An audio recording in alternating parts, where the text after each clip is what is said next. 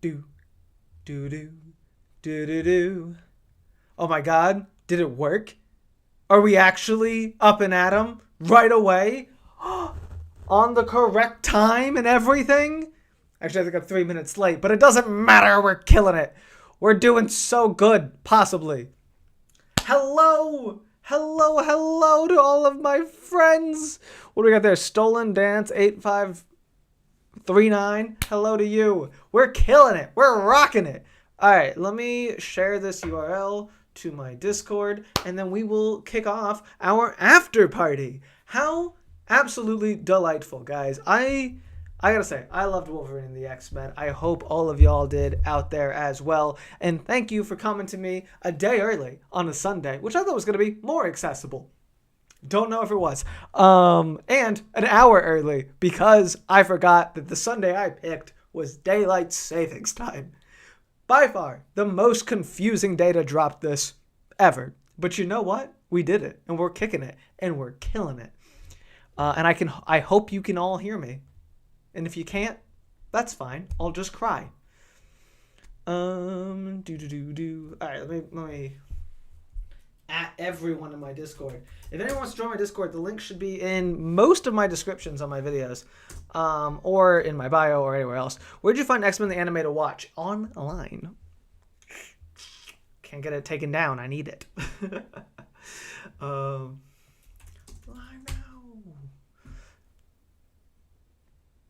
Let's go. All right. So, how's everyone doing on this fine day?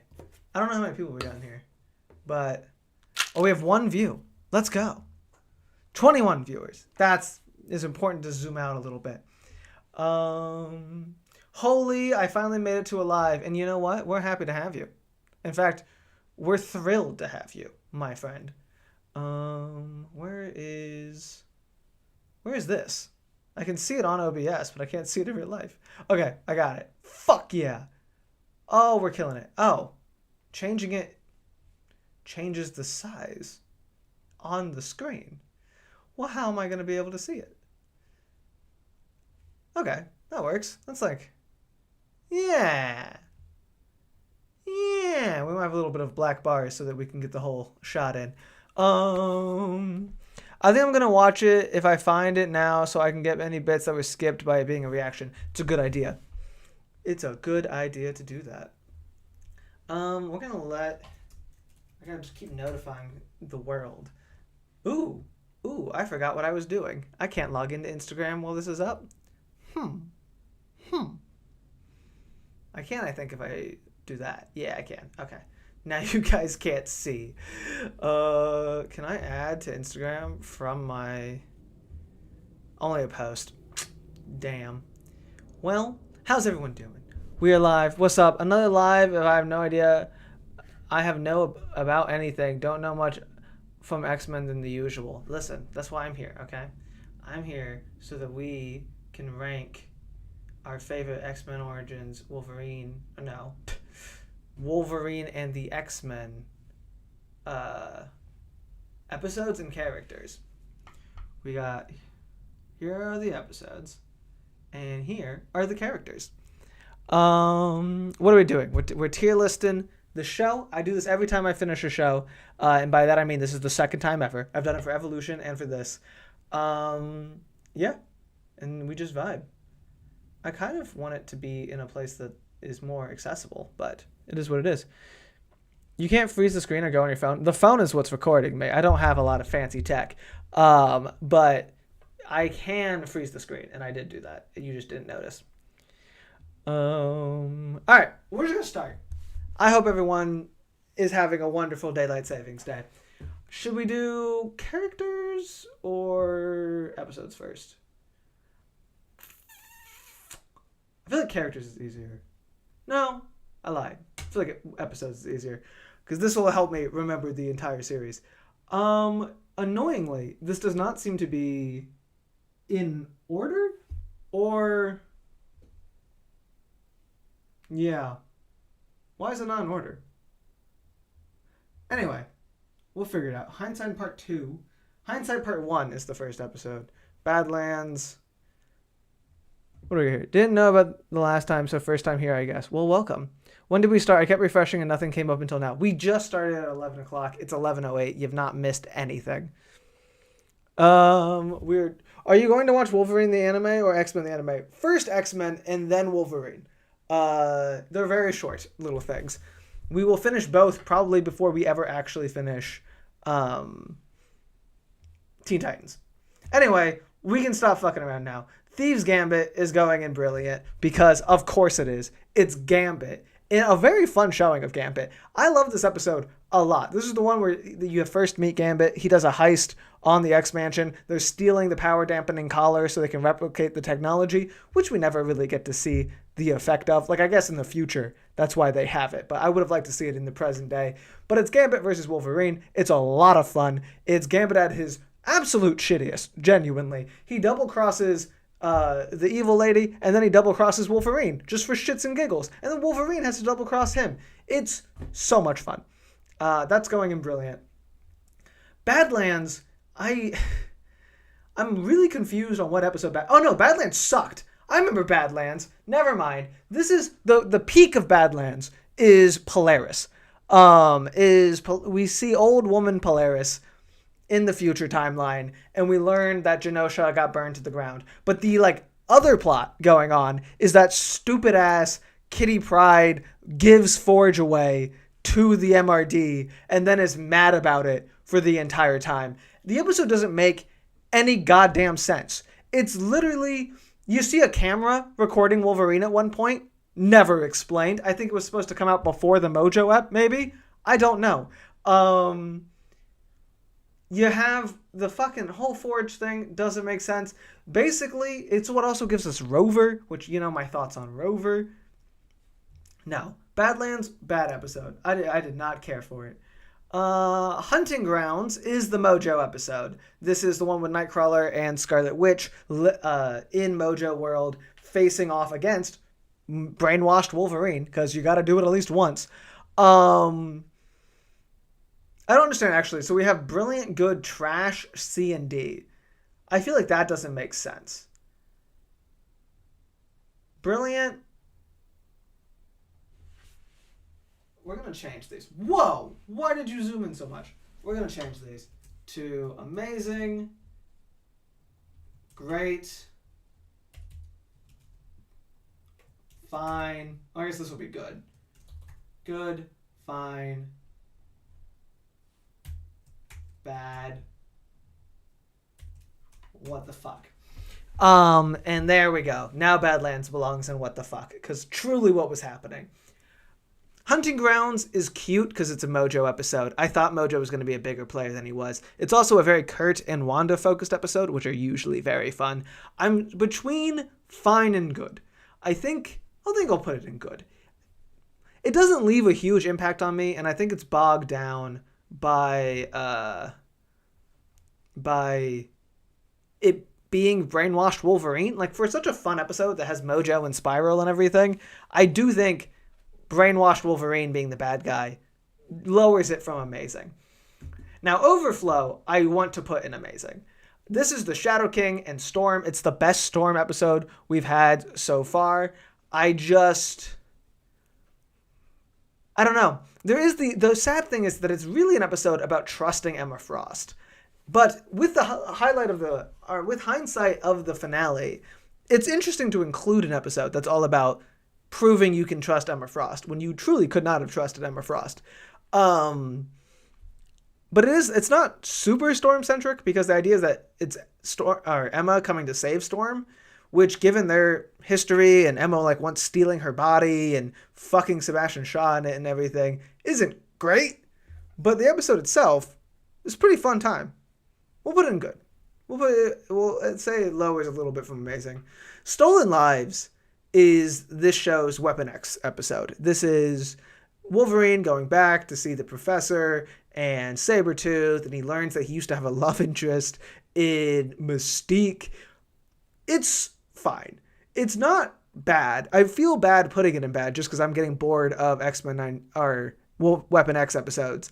The love interest between Wolverine and Mystique is absurd. And it sticks in my brain, but I have to say I admire them for trying. It's an interesting take. One thing this show was very consistent about was coming up with the most crazy ships known to man. And you know what? I have to honor that ability. Battle Lines. Which one's Battle Lines? Oh, Battle Lines is the season finale. This is the mid-season thing. This one slaps. This is the war with humanity in Genosha. Magneto takes out all of the different MRD facilities. The Brotherhood and the X-Men fight together. Quicksilver leaves Magneto. Doesn't fucking stick, unfortunately, but it was sick. Battle Lines felt like a season 1 finale in this season, and I truly enjoyed the hell out of it. It was everything I was asking for at the time, especially because we had some not great episodes before. I feel like I gotta put Hunting Grounds in fine. It's fun in concept, but in actual execution, this was when I remember being like, does this series have the juice anymore? And that's not something you want to think about. Excessive Force, we're putting in good. Excessive Force might actually be amazing. Excessive Force is Cyclops taking on the Marauders, and it's so fucking fun. I think it's about the same as Overflow. It's so fun. Actually, I think I might put it in amazing. It's one of my favorite episodes of the show. It's Cyclops at his most Wolverine-y, which is it's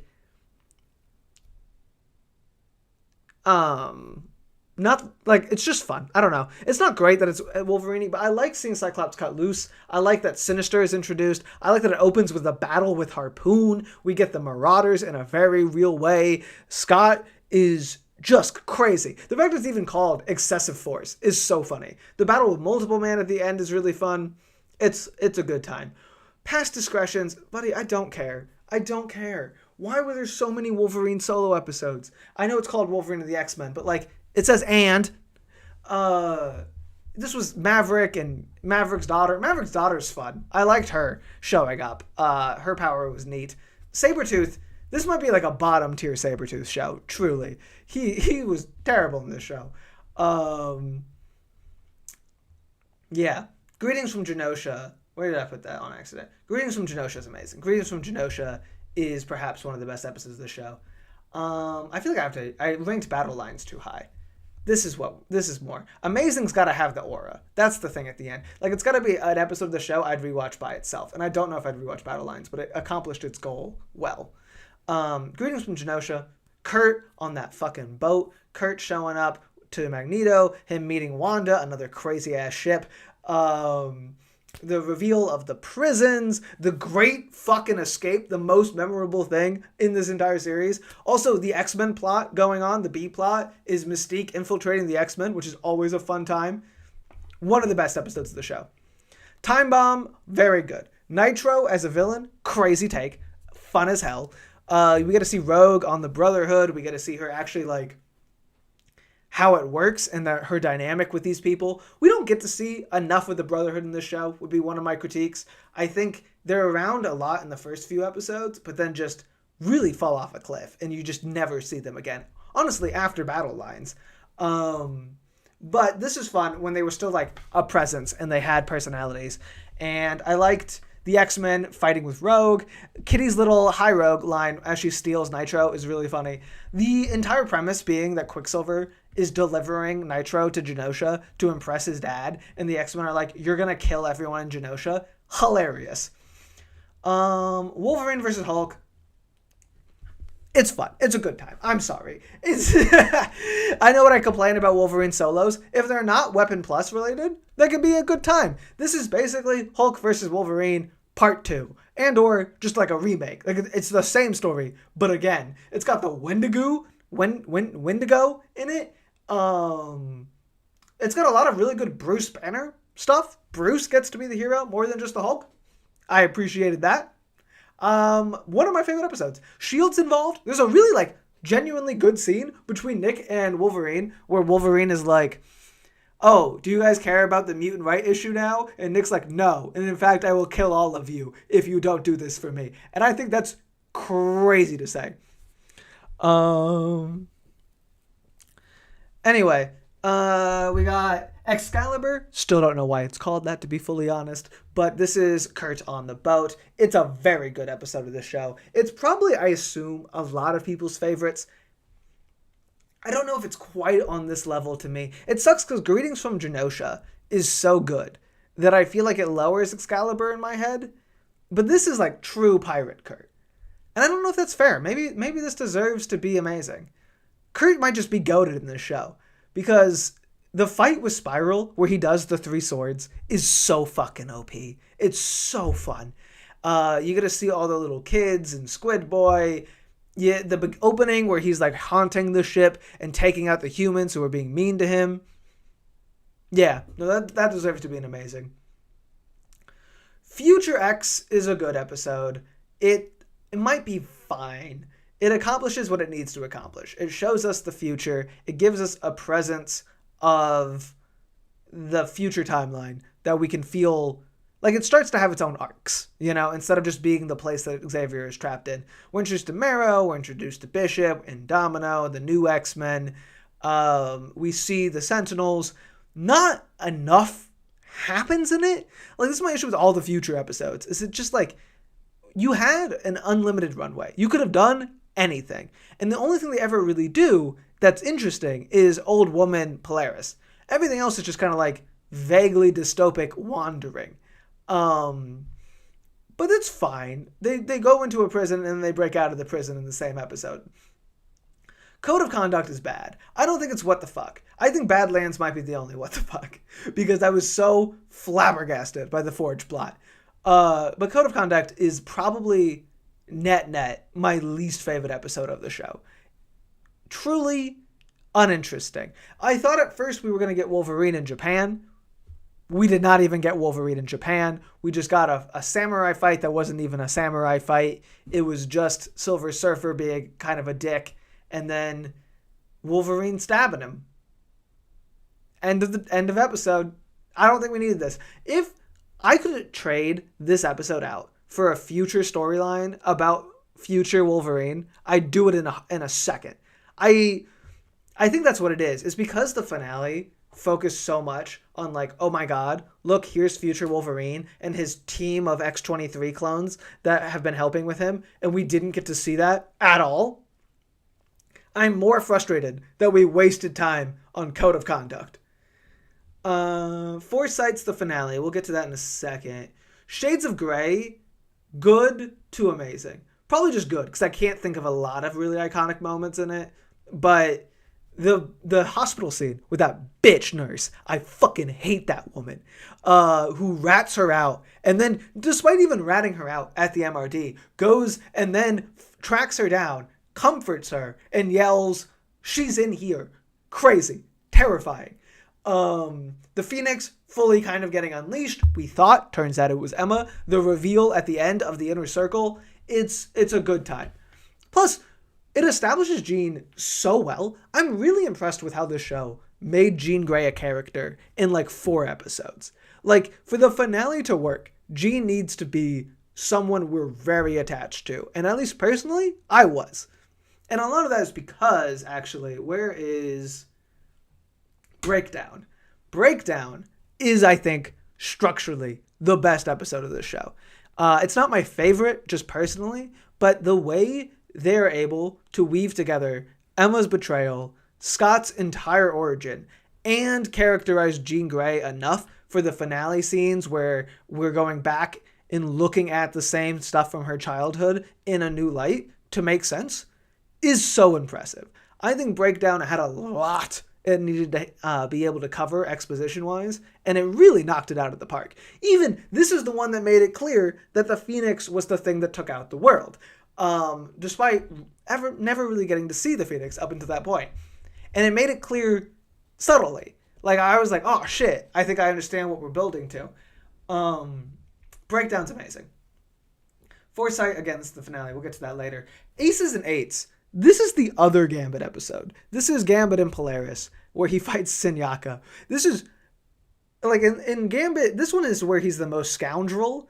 This is evil. Like, they don't give him a backdoor which is crazy to me. Even X-Men Evolution, where he's a villain, they always give a backdoor because the idea is always that he should be on the team. He's a fucking X-Man. I talked about this before, but like, I think a lot of people engage with comic books in one of two ways. There's the textual way, the way characters act in books. And then there's the pure headcanon based off of the little information you learn from like people like me, you know?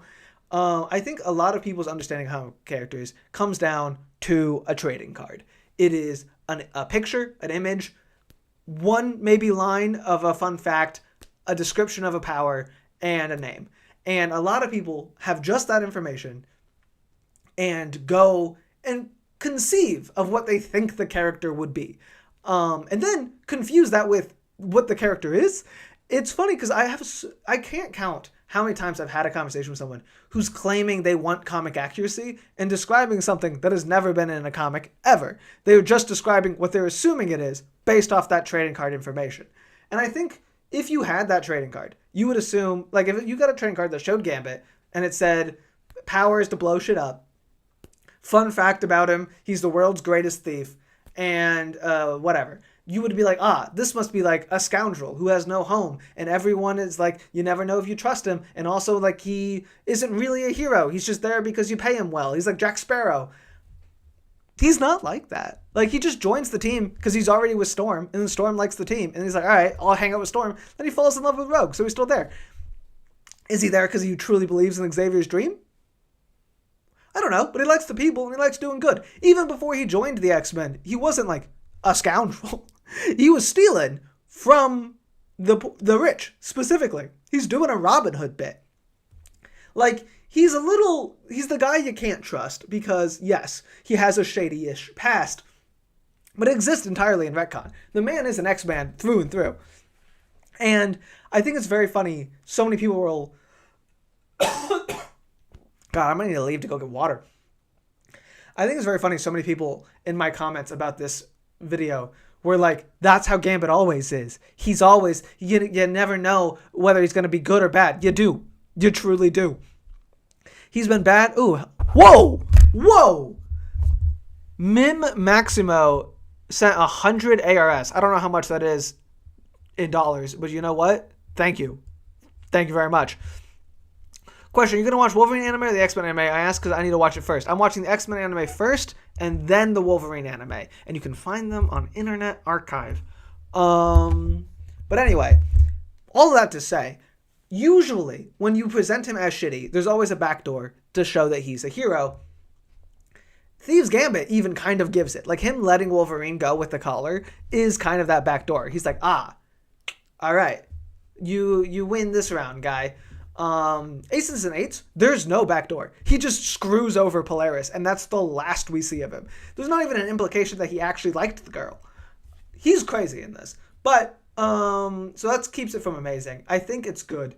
It might genuinely should just be fine, because again, not much happens. And it also doesn't make any sense with the finale, because Magneto's whole plan would have been accomplished if he just blamed the humans for what Gambit's doing. But because that's Gambit, it gets elevated. Rover, the episode, not the character, who I have some problems with. The episode's good. I can't put it in amazing, but the episode made me hate Marrow in such a strong way, and that's as interesting or as worthy of praise as making me love someone like Jean Grey so fast. Marrow, girl, trading out all of mutant kind because they let a Sentinel die is insanity. You can't, I understand projecting your feelings onto something. I even understand that Rover was like the Iron Giant, was like a good one. Sure. He's a fucking Sentinel. Build a new guy. I'm so... Trading out your team. Insanity. I can't get over it. And so you don't go to Amazing because you still piss me off. Guardian Angel will go in Amazing. This episode broke my heart. It was like when I was realizing perhaps there is an issue in reacting to X-Men content, because when you're watching essentially a metaphor for shock therapy, like, how do you be funny? Like, this was so tragic. Anyway, what is Backlash? We have the beginning now, and we have the ending now. Did I have it backwards? Is Backlash the stupid Forge one? If so, what's Badlands? You guys can see this? List of Wolverine and the X-Men episodes. Battle Lines, Stolen Lives, Badlands. Yeah, no, these are New Breed of Sentinel. That's that one. What is Backlash? Master Mold's a computer that operates all the city Sentinels. The X-Men use this data to work out Master Mold's locations and head out to destroy it. I don't remember that at all. What fucking episode is that? Wait a minute. Wait a minute. What? What happened in that episode? Luckily, I have literally all of this. All the series saved to my computer now, so I can just go pull it up. Backlash. Let's watch a little bit of Backlash. Oh, this is the Tilde episode. Oh, this is the second part of the season finale thing I was talking about. Okay, wait, so what's Battle Lines? How much actually happened in Battle Lines that I was thinking happened in Backlash? Where's Battle Lines? Past discussion. Battle Lines. You guys can't see this, and I know that, but like also, I don't have time to port this in. I'm trying to remember what's going on. Yeah, Battle Lines is the MRD thing. And then more Tilde. Yeah, okay. I just kind of thought these were both the same episode. That's on me, because I reacted two at a time. Backlash and Battle Lines. Where did I put Battle Lines? We'll put them in good. Yeah, that seems fine. That's fair. I'm actually not quite sure where the deviation is between those two episodes. All right, now we got the pilot right here and the finale right here. We'll do the pilot first. Hindsight Part 1.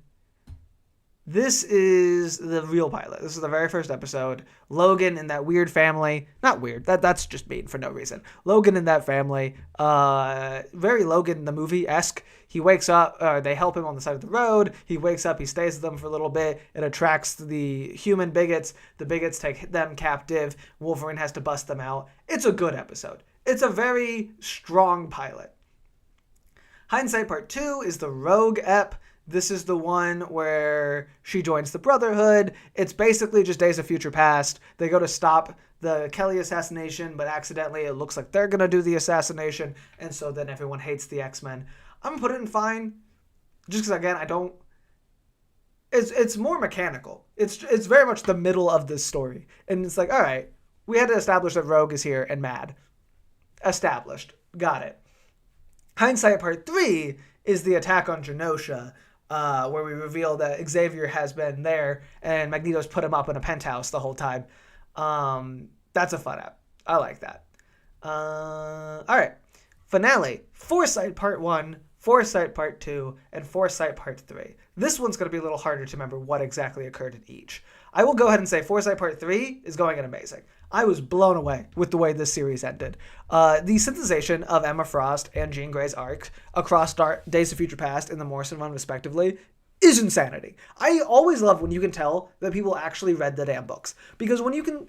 There's a difference in trying to create a story for these characters wholesale and reading some comics and being like, all right, how do I at least give the same vibe, you know? And is this the way Emma Frost shatters in the Morrison run? Not at all. But it's similar. Like, they knew to incorporate that concept in a new way. And I appreciate that a lot. Foresight Part 1. I'm trying to think of what's the interesting thing that happens in Foresight Part 1. In the very first episode of this finale. I guess it's all the Hellfire Club stuff. Because this is the taking out of Genosha. I think this is a fair ranking of them. Foresight Part 1. Emma Frost is evil. We go to see the Inner Circle. They seem like they're doing good things. They want to help the Phoenix get out or whatever. They want to destroy the Phoenix. That's nice. Foresight Part 2, better. We got the Magneto plan, which is absurd to me, but, you know, you want to do an evil Magneto. It's a good evil Magneto plan. The desecration of Genosha, him riding away on a Sentinel to go take out humanity, and then the battle with the Phoenix and humanity in Foresight Part 3. I think I'm pretty proud of this. This is a pretty solid tier list, I think. You guys can see it all. Cool. We're gonna take a brief break. Not actually leaving. I'm just literally gonna walk outside and get water. Because my throat is parched.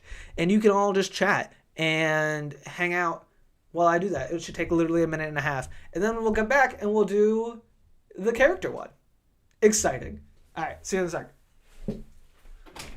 Whoa.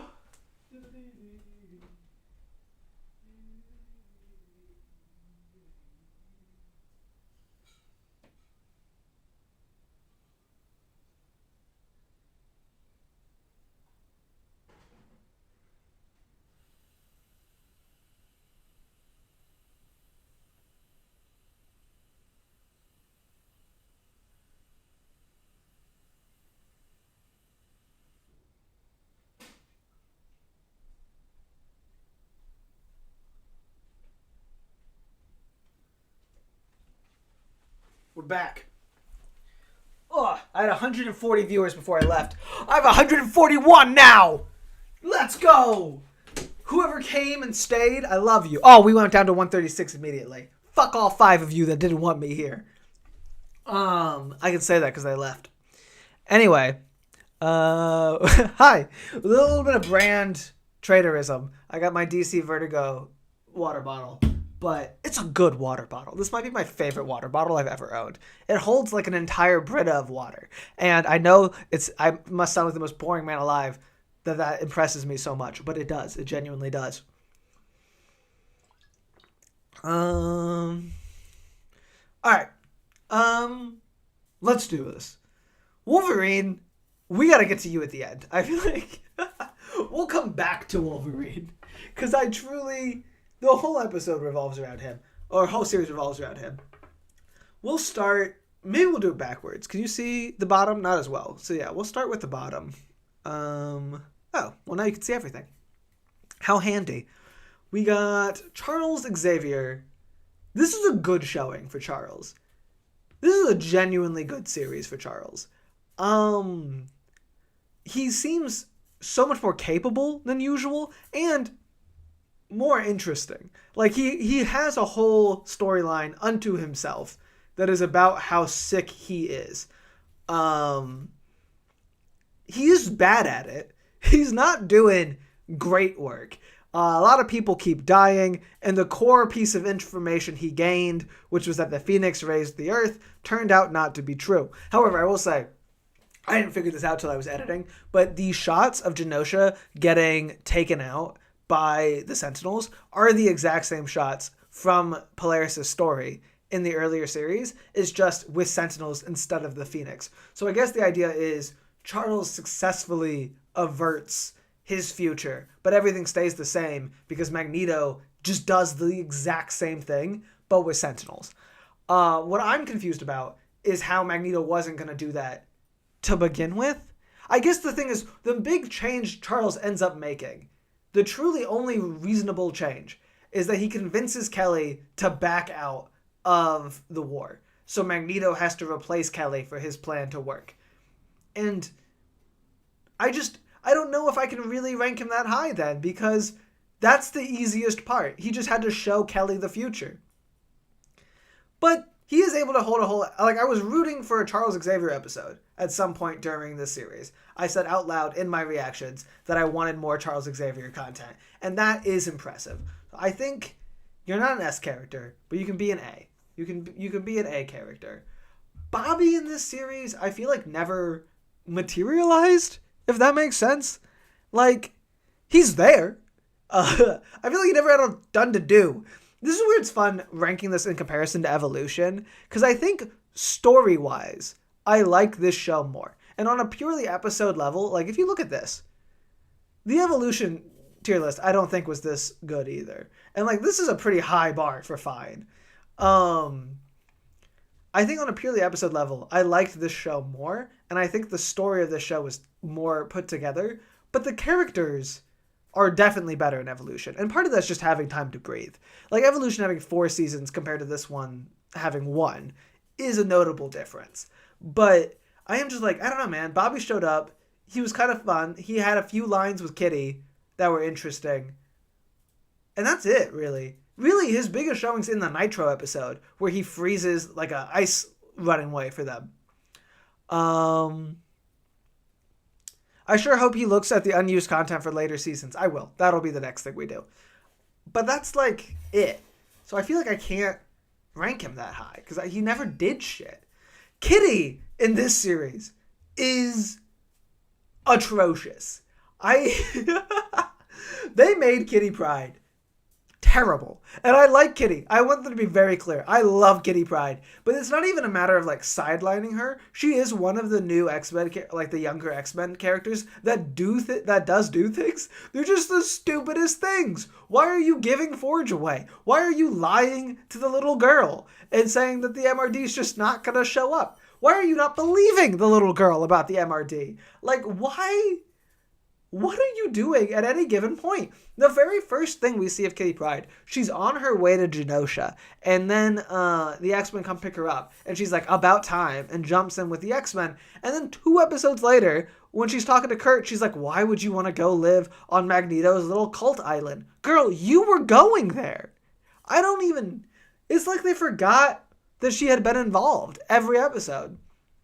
Rogue, similarly, kind of character assassination. I get the idea of like, oh, Rogue, you know what, no, she gotta go a little higher. We'll put Rogue in C. But like, I like the idea of like, oh, Rogue's on the Brotherhood originally in the comics. We'll pay homage to that. We'll have her join the Brotherhood and defect later to be with the X-Men. I get that. I think Evolution did it better. She just also comes off very confused, especially because we learn later. First of all, her beef with Wolverine never made sense. It was always such a strange issue to have. She's always like, I bet he's not here right now, isn't he? And then the X-Men are like, no, but we just had a whole meeting about why he has to leave, actually. So, actually, that's fine for us. But then realizing that Wolverine wasn't even that big of a part of the X-Men before the events of this show, why were you so attached? There was never a good enough explanation for why they had the movie relationship. Like, you're just supposed to have just seen the film and know that she's kind of like his daughter and that he's famously flaky and then rolled with that. And I'm sorry, that's not good enough for me. We had 4 solo Wolverine episodes. Why don't we get like a Wolverine and Rogue outing? Not good enough. Storm, I'm putting in B. Because Storm has one really good episode. I love the Overflow episode. And then she's on the team. She, again, doesn't do much. But I don't think it's as targeted. Because, again, like, Iceman's not doing much. And when she does do things, they're fun. She's shooting lightning bolts. She's taking out whole groups of Sentinels. She's dating Angel for reasons I don't understand. But she's doing it. Like, she's involved and clearly on the team. Would I prefer her as the leader and more of a vocal figure? Yes. I'm starting to think I will never get that. Professor Thornton, I don't know, man. Like, how do I even begin to rank Professor Thornton? I don't give a shit about you. You are perhaps bottom barrel of characters in general. I do not need you in any real capacity. You're there. You made Wolverine metal a long time ago. Good for you. Master Mold, also a C. I gotta be real with you. Talk about an uninteresting villain. I thought that we were building something much more fun with Master Mold than just a general big robot at the end that Polaris takes out immediately. Polaris, by the way, could have solved this whole problem. Instantaneously. She just shows up, there's 4 Sentinels, and her, and they just sort of go, Brew. I will say there's a brief moment where like all the Sentinels are descending and all the Sentinel cats and Master Mold's there, where it looks like we're getting like what Stranger Things should have been with all the minions coming in. But then Polaris wipes them all out really easily. So I'm like, well, and also both times Master Mold's defeated, the other time is Wolverine just stabs the computer. That's not interesting. You are AI, and I hate you for that reason. Bolivar, you get to be in C just because I still don't truly care about you in this show, but you had that really funny line about sending the Sentinels through the roof. and then they do send the Sentinels through the roof. And I like the idea that you would have been actually totally chill attacking Genosha had the Sentinels gone outside first. Kelly is going higher. I like Kelly in this show. I think Kelly is a solid. He's around Storm's level. He's a solid antagonist. You get not where he's coming from, but why he's doing it. You understand that he's like crazy even for crazy people in this series. There's one weird line in that terrible episode. No, not in the terrible episode, but in one of the episodes where he's like, why are the MRD? The MRD was supposed to be taking out of the MRD was supposed to have taken out the Brotherhood, and he's like yelling at Trask, even though he's the one in charge of the MRD. But I think that was just an error. In general, he's a solid antagonist. He's probably the show's best antagonist. Silver Samurai, what was going on with you, man? I like the Silver Samurai as a character. I think making him Logan's romantic rival defeats some of the fun of him and makes him just a lot more generic. When he's like Wolverine's love interest's shitty brother, that's I honestly think a better relationship. Like, fucked up brother-in-law is a more interesting dynamic to me than guy who wants to abuse your wife. Multiple man, you were in this for 10 seconds, but you were multiple manning. You weren't multiple manning when Cyclops hit you, which was funny. But in general, as a goon, I like the idea that Sinister hired him because he could be a lot of different people. It's fun. Emma Frost, this is a great Emma Frost. This might be an S tier Emma Frost. The balance work between her villainous side and her heroic side is very well done. I like that the perception of her as a hero lends to the twist, like to play into audience expectation post 2000s is really fun. I like that you're able to tie it back to her original Dark Phoenix roots. And she's just so fun throughout the show. Having the team telepath be more of an antagonistic force inside the team, the fact that Wolverine never really trusts her, allows for some really interesting dynamics. Firestar, Rachel, whoever you were supposed to be, you were not in the show. I admire whoever made this list for including you. You're in like one shot.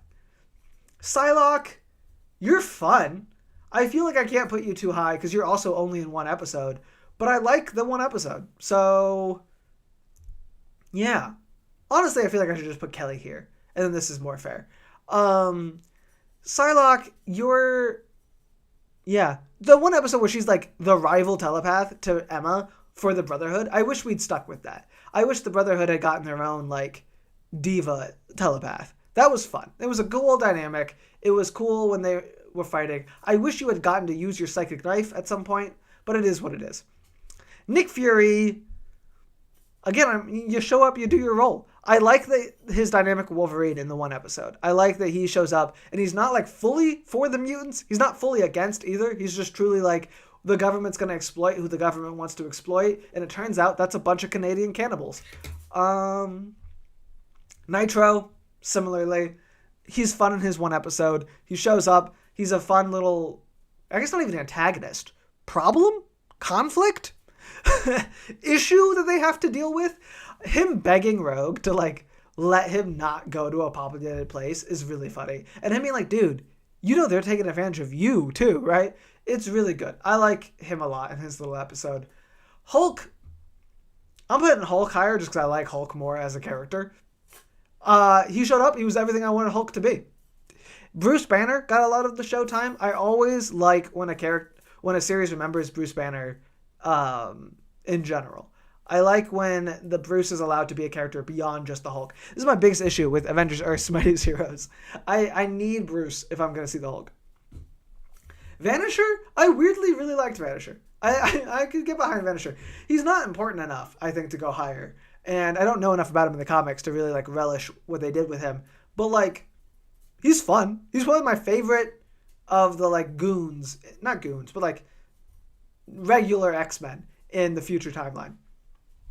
Marrow is where we get complicated.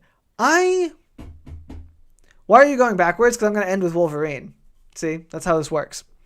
Marrow is, I think, difficult because I hate her. I hate her so much. but I don't think that's a fault on the show. Like, making a character that's this hateable is impressive. I don't think her redemption really comes out well at the end because she just goes to get Polaris. But, like, she's solid. I gotta put her at A, even though I do hate you. Don't misunderstand. I'm mad that you exist. Spiral and Mojo both fulfill their roles perfectly. I got no complaints. You were in one episode. I can't get too mad at you. Actually, Spiral, you were in two, so you can go up to A. You do exactly all the things I want you to do. Even down to that pirate ship thing, which I didn't know until I was editing the video, but like was a direct reference to the original Longshot comics. Insanity. I really admire Spiral being the one who gets to fight Nightcrawler. Mojo came off just like I would always want Mojo to do in his episode. Him watching this big screen.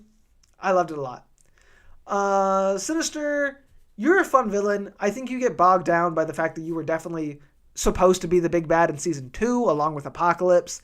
I don't think you ever really materialized in this one either, but you were the bad guy in Excessive Force, and you were very fun in that. You were the bad guy in Guardian Angel, and you're the bad guy in 2 of the best episodes of the series. And that's worth something. It's gotta be. Not C. It's not high enough for A either, I gotta be honest. I feel like my A's have been kind of arbitrary, but we're gonna put Sinister in B. Hank, again, like all the X-Men, so strong in the first few episodes, and then I feel like we never saw him again. There's the shot in Shades of Grey where Jean's like in the hospital and Scott's like, hey, the rest of the team wants to say hi too, and it cuts out to the rest of the team waiting, and I truly was like, yes, when's the last time I saw any of you bitches? Like, it's Rogue and Beast and Bobby, and I'm like, oh yeah, you guys are in this show. But you're fun. You're on the same level as Storm. I feel like I need another layer here between great and, or between good and bad here. Like, I need to split my mediums. Maverick. I don't care about you, Maverick. Sabretooth is genuinely bad. I guess here, we'll put don't care about up there. Sabretooth is a genuinely bad. This might be a bottom tier Sabretooth show. He shows up. He's just kind of grunting. He has no real drama with Wolverine. I never really felt their dynamic or the thing that made them close that got broken over time.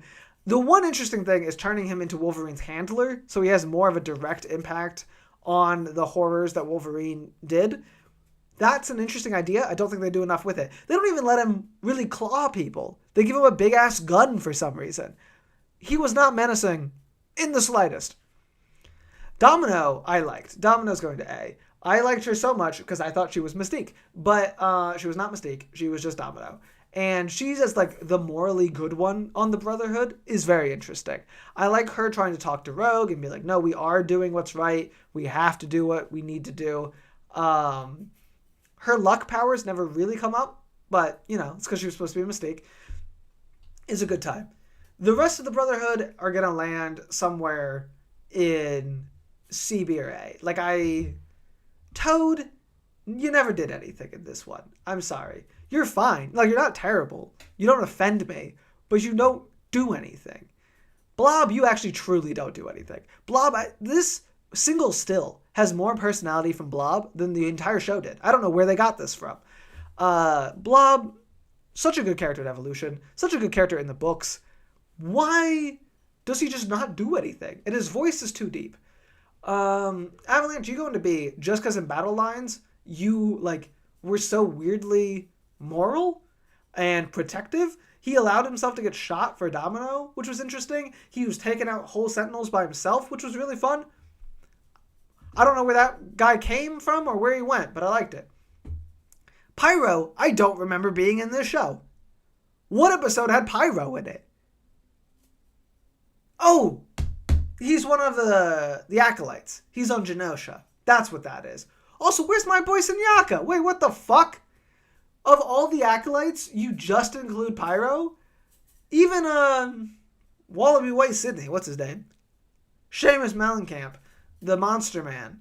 I would be more interested in ranking than Pyro. He's the least interesting Acolyte. He gets thrown into prison halfway through the series. I gotta put you a D, man. I wish you were a different acolyte. If you were Sunyaka, if you were Mellencamp, we could have a conversation. Mystique. Oh, I'll just kind of move Mystique on accident. Mystique will put it like a B. She's fine. I wish she had done more. I wish she had been Domino. But in terms of what she actually does, the one episode where she infiltrates the X-Men is very fun. She doesn't really do anything else after that. There's the Wolverine love story. I'm still having mixed feelings on that. I gotta be honest. I think it just doesn't feel like Mystique to me. I don't mind the story. It just does not feel like Mystique to me. Pyro was in the first few eps. Was she? Was he? No Dust either. Oh yeah, I like Dust in this one. Oh, Pyro is freed in the first episode. That is true. Him and Boom Boom. And they do the Boom Boom thing. No Boom Boom on this shit either. Quicksilver. I like this Quicksilver. I think this is a very interesting version of Quicksilver. It's not in line with anything from the comics, truly. But it is... He might be our next S tier, genuinely. Because it is... It's the opposite. The comics Quicksilver is pretty much exists only to spite Magneto. This Quicksilver exists only to please him. It's a bold take. It's not the boldest take they do in this show, but it's a bold take. And I admire it. And he feels like himself. Like, he's still a dick. He's still so bored. He is, I think, an improvement over his evolution self. This one feels like more like Quicksilver. I think, by definition, he should be a character that feels like he doesn't fully plan things out. And I like the Nepo baby presentation of him. Polaris, also great. I have to put her at A, just because we don't see enough of Old Woman Polaris. Old Woman Polaris is fascinating. Rapunzel Polaris doesn't interest me as much. I kept waiting for the Rapunzel episode that people told me existed. They're like, oh, wait till you get to the Polaris episode. And I now know it was because Gambit's in it. But I kept thinking she was going to matter more. She's just kind of like this demure girl who clearly was supposed to go an arc and become Old Woman Polaris. And as much as I do like Old Woman Polaris, it is my least favorite episode of the show. So I can't say that it gets her ranked higher, but I admire the arc we were going to see. Honestly, after saying all that, I feel like she's got to also go to B. Sorry, girl. Scott's an S. This is such a strange Scott. He's the show's Wolverine, which is such a crazy take. But I love him so much. He's so grumpy and so annoyed, and when he's shooting bitches, it's insane. He holds some of the best episodes. Excessive Force, him versus the Marauders, great. Breakdown, his whole origin story, great. Shades of Grey, him gonna go get Jean in the hospital, great. I really like Scott in this show. He's nothing like Scott Summers, really, but it's fun. It's fun to see. It's kind of the more militant one, right? Like, it's supposed to be like the more Magneto-y one from Astonishing and stuff. And I think they pull it off. Like, I'm like, yeah, this guy's ready to fucking rock. Scarlet Witch is an A. She's similar to Domino. She comes in, she fulfills her role well. Her relationship with Nightcrawler is beautiful. I really actually buy them together. I get down with it. Magneto, I don't know, because it's not the version of Magneto I would like. The beginning episodes make it seem like it would be. Like, it seems like he is presenting Genosha, Magneto's Genosha, as a more Krakoa-like place is interesting. For those who don't know, Genosha in the comics is not what I would call a paradise. It is, like, it used to be a metaphor for the apartheid state, where mutants were the subjugated, I guess. Like, it was ruled by humans. Magneto eventually gets to take it over, and then he basically just flips the script. Like, it's not great. This one is more just all mutants live there. There doesn't seem to be a native population at all. It's just the one bad thing he does is he puts dissidents into prison, which is bad. But, like, in the grand scheme of things, it's not, I don't know, destroying everyone that lives on your island so that you can then have a reason to go blow up humanity. The finale tanks his character. Like, not in a way that, again, I think is bad writing. I think there's enough breadcrumbs throughout the series, and I think it's a devastating blow. It's just one that did devastate me. I was like, damn, I thought we had a good Magneto. Like good as in moral good, Magneto, and we don't. No, he's perhaps the least defendable version ever. He was lying about protecting mutants so that he could slaughter them wholesale, so that he could slaughter more other people. Insane stuff. But it's good writing. We'll put him in A. Just I do think they pulled off the arc well. It just made me sad. Colossus literally not in this show. Do we ever get back to him? He's in the very first scene with Kitty, and I kept kind of waiting to return to him. And I don't think we ever did. Correct me if I'm wrong. Do we ever see that man again? Gambit, I might. Now, Magneto's an A. Gambit has to be an A. But, he's fun. I like Scoundrel Gambit. It was a fun take. It lets him get across a lot shittier. It lets him do a lot more fun stuff in the plot. He gets to double cross people. He gets to use his powers in more angry ways. The hell are we doing? I just got here. What is this tier list? This is ranking all of the characters in Wolverine the X-Men now that I finished the show. I think it's a fun take on Gambit. X-23, you're not in the show. You show up for the finale and you're fun. And you scratch a couple of Sentinels and you're X-23 through 7, which is a funny bit. And that saves you from D. But you're barely in the show.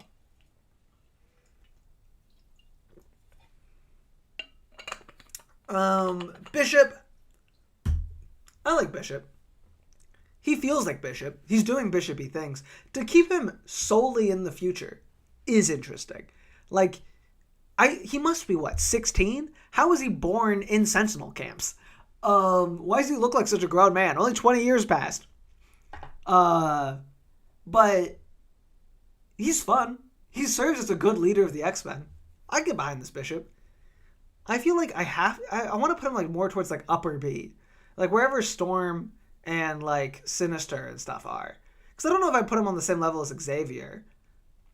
I would put him on the same level as Hulk. Yeah, I lied. This is very vibes-based. Forge, you're going in C. I should put you in D, but because you're Forge and you're included and you're doing tech stuff, you get to be in C. Because I like that you're not just a cyborg man. I don't like that you're just pure comedic relief. I would be fine with some comedic relief. I really don't mind that at all. But the fact that it's impossible to imagine Storm and Forge together in this world, I think is a problem. Nightcrawler, you go to S. He might be the MVP of the whole show. Every one of his episodes slapped. No notes. We even got a pirate episode. Angel, you can go in A. You can go right next to Gambit, you fucking bird.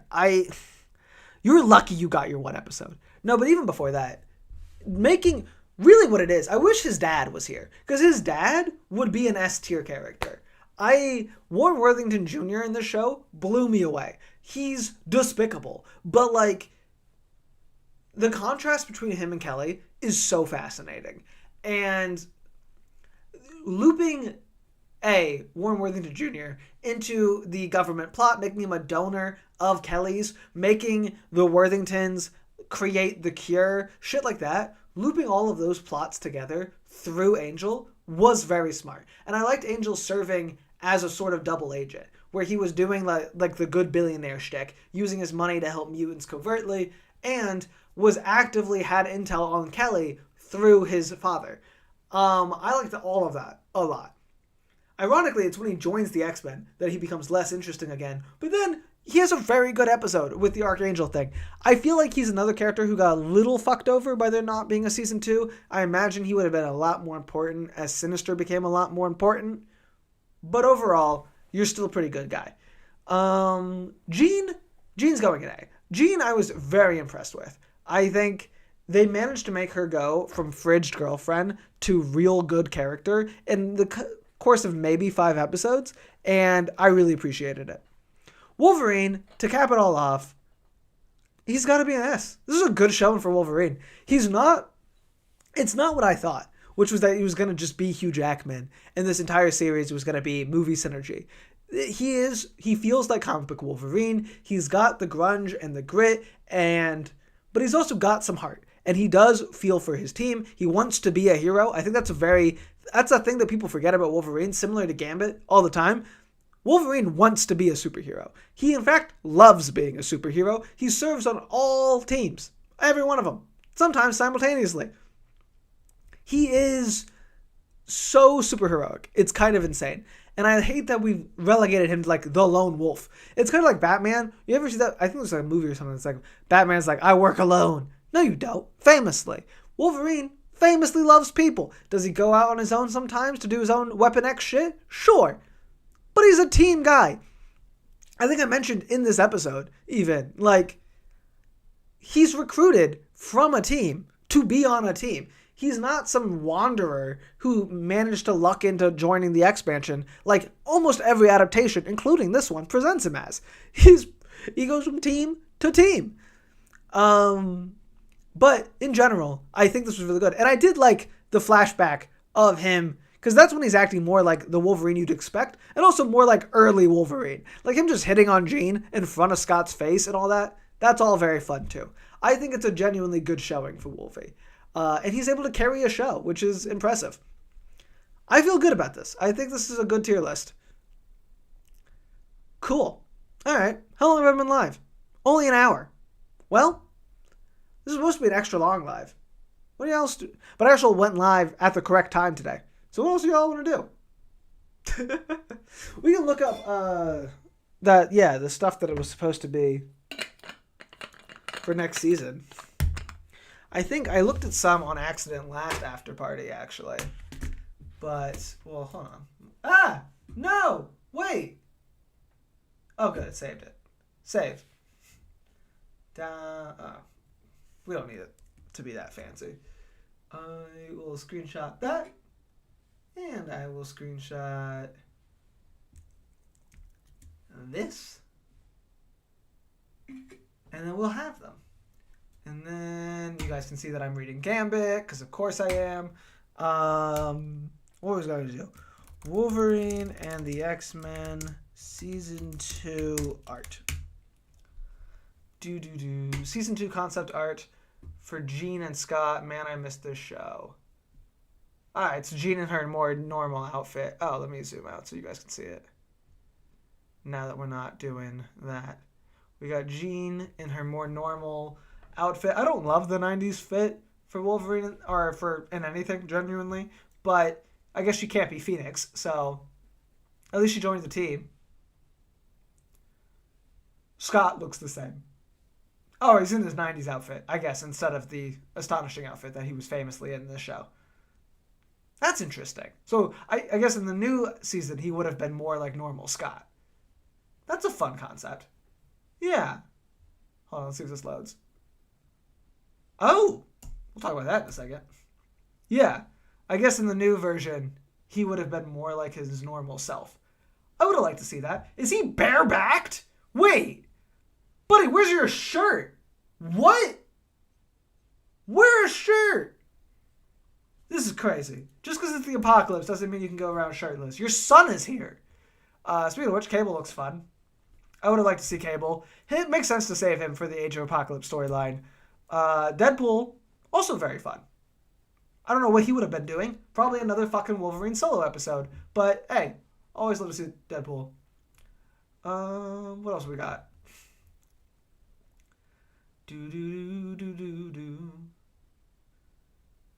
Oh, that's Age of Apocalypse Wolverine. Okay. It's fine. I never liked this outfit much anyway. The metal hand's a cool touch. Who is this? Colossus?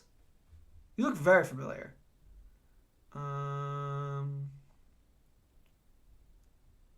That's Sunfire. Oh yeah, it is Colossus. Yeah. I think this is his Age of Apocalypse look as well. Yeah, it's this. Yeah. Okay. I don't hate this. It looks like it would have been fun. I would have loved an actual full-on Age of Apocalypse adaptation. Like, the idea that it may have taken a season to do Age of Apocalypse is really interesting. Those don't know, Age of Apocalypse is long. It's, like, long. They basically, to the point that People thought that's just what the X-Men were now. Oh, we would have gotten Havoc next season. Yeah, they mentioned him once. Oh, Buddy's just cheeked out? Wait, what? This can't be. You can't be naked. The back muscles are so defined. The butt is so defined. But, like, yeah. What's with the summers, man? Wear shirts. Oh, Pyro was going to return. Also, with very short pants. Why are you wearing shorts? Or are these going to be, like, really long socks? That might be it. And this is the top of Flames. So he's wearing, like, knee-high socks that actually go... What do you call socks that go up to your crotch? Crotch-high socks? Fun. Sabretooth looking like he might have actually done something in the new season. I wouldn't have hated it. Age of Apocalypse Sabretooth is famously a good guy. That's like part of the whole bit, which I bet was what this would have been. And Wolverine would be like, no, not you. Not you being good. Thigh highs. That is what they're called. Thank you. And Archangel looking kind of basically the same. All right. I mean, it would have been fun. I can't really glean much because it is so specifically just Age of Apocalypse. Like, I'm like, yes, this would have been Age of Apocalypse. And that's fun. But, like, what else would we have had?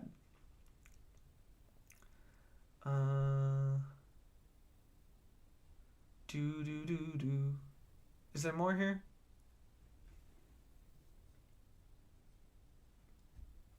Deadpool?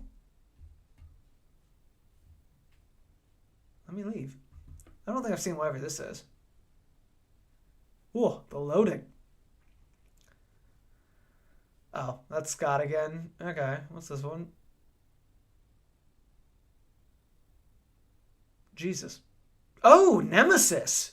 That would have been fun. Those who don't know, let's look at it.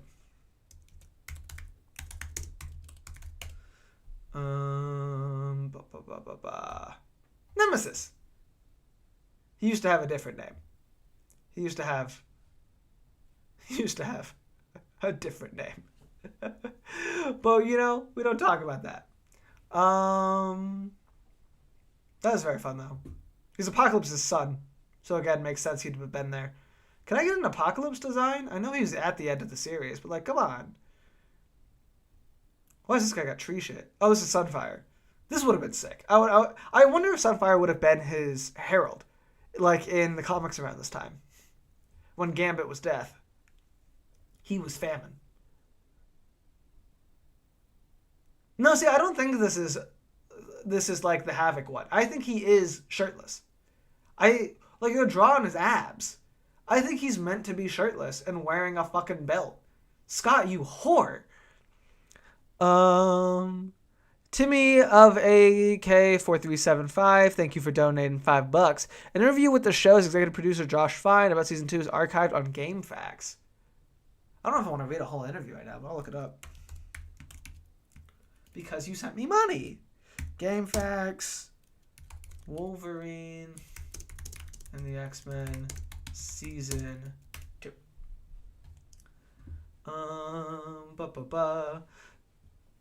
Can I zoom in here so that you guys can see this? All right. Lucas. Towards the end of season 1, Mr. Syndrome took DNA samples from Scott and Jean. Would we have seen Cable or X-Man in season 2? What kind of role would he have had in the show? The goal with season 2 was to create our version of a season-long Age of Apocalypse story. That is sick. Like, to do a whole season of Age of Apocalypse instead of, I don't know, one shitty-ass movie is really interesting. You know what, actually? Apocalypse in the movie didn't even do Age of Apocalypse. Have we ever gotten an actual Age of Apocalypse adaptation? Or is Apocalypse just thrown into stories? Much in the same way Season 1 was inspired by Days of Future Past. And you know what's crazy? Is Days of Future Past is 2 comics, and Age of Apocalypse is like 300. I don't know how long that is, actually. Let's find out. Age of Apocalypse reading list. Continue. Oh my god. Oh my god. Stop it. Stop it. There. See? Now can you be happy and just let me show my audience things.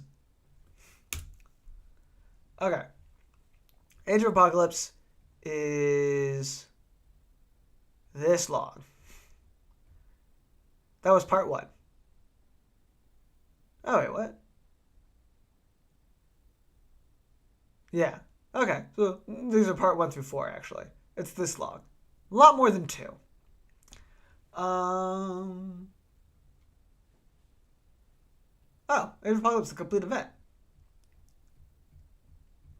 There you go. This is how long Age of Apocalypse is. 1, 2, 3, 4, 5.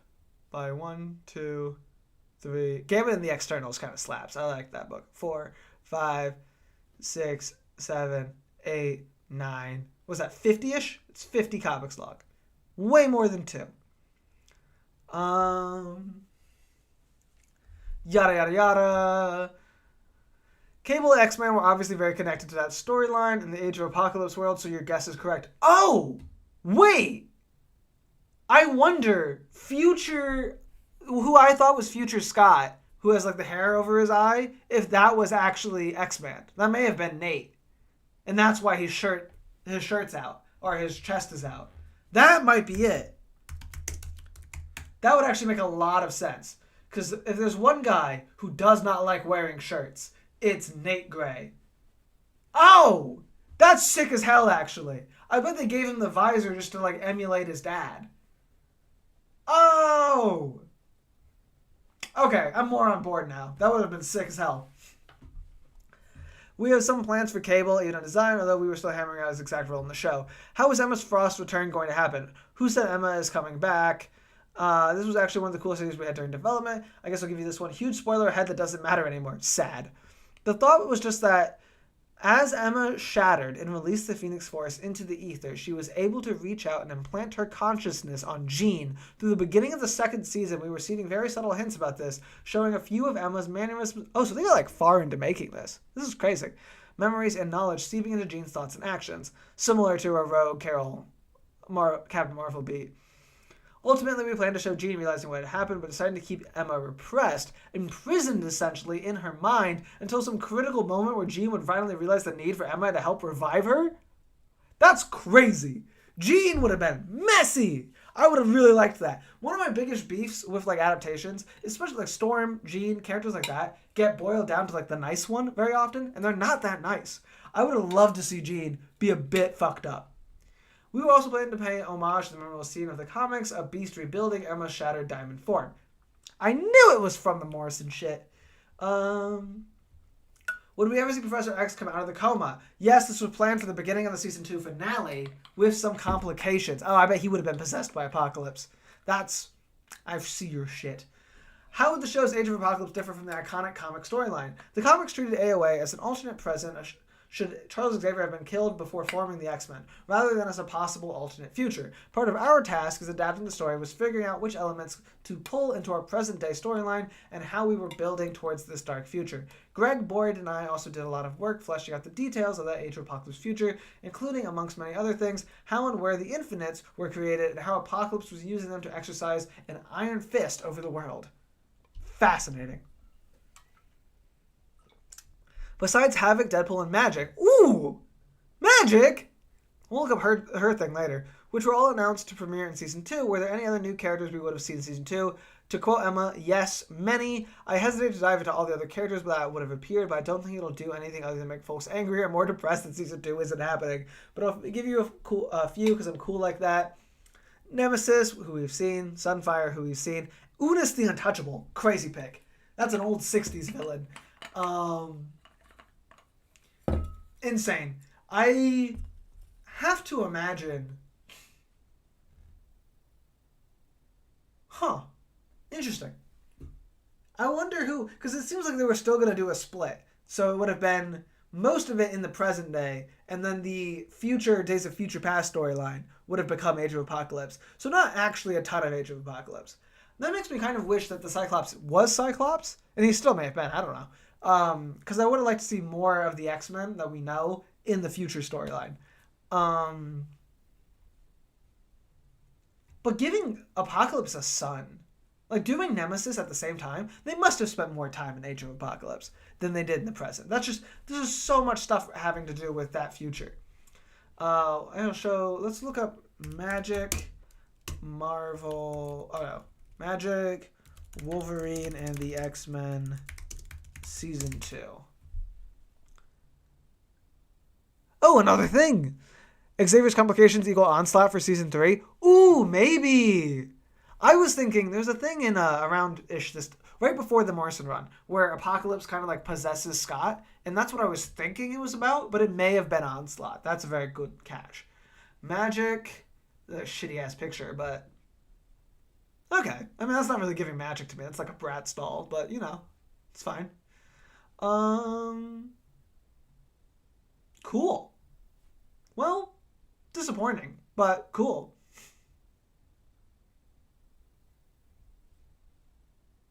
Yeah, it was a good show, guys. It was a show that deserved more love.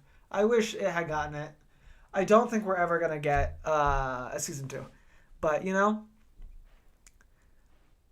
there's actually some Season 2 scripts online. I definitely could not read a whole script right now. However, I do have 236 people in here. So, I don't know. If that's what everyone wants to do, then we can do it. Because I do want to, I don't want to end. What did I do last time? I think the last time just took me longer because there were more characters and more episodes. There were 50 episodes to rank instead of 25. Let's see if I can find a better...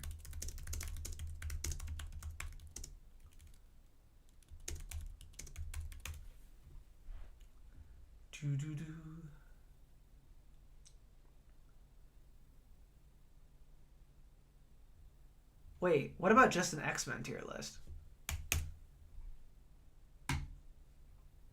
That's not enough characters. $10! Thank you! Charles, oh my god. Charles Nader, the pony feature? Did you know that the X-Men Evolution had an incredibly short-lived tie-in comic, and do you plan on covering it for a video or something? And what DC show do you plan on doing next? I did know about the tie-in comic. I did plan on covering it for a video, but as you can tell, I'm bad at making non-reaction content now. And then, what was the second thing? Oh, what next DC show? Probably Young Justice. That seems to be the overwhelming pick. But also, we're only halfway through Teen Titans. So, hey, what? Okay, this is slaps. Where's the go to template. This is the amount of characters I want. Oh, this is fun as hell. All right, well, we might just be doing this now if everyone's chill with it. We have 226 people in the chat right now. Hi, everyone. Thank you for being here. Our chat rate is 16, which I still don't fully know what that means.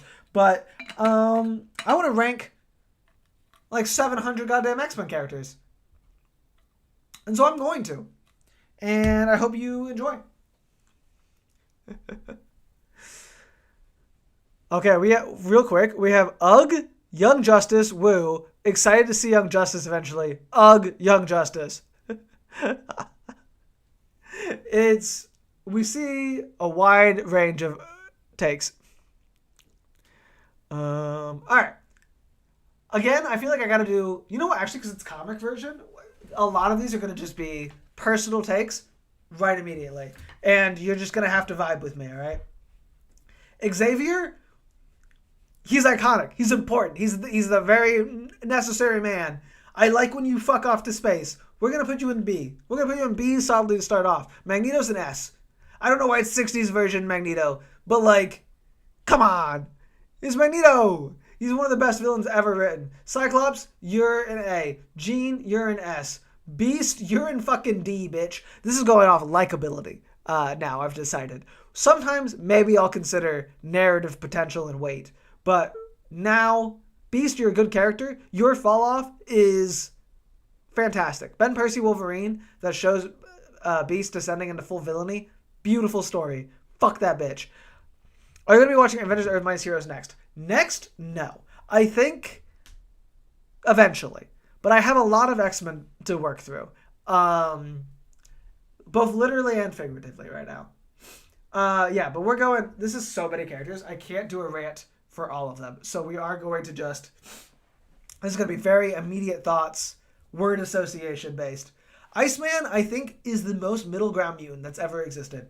Archangel, you notice they still fucking specify Arc. They still fucking specify Arc. No one likes normal Angel. Yeah, I get in trouble. Yeah, I get yelled at. You can go be with your buddy. I lied. You can be with that buddy. Just for the bit.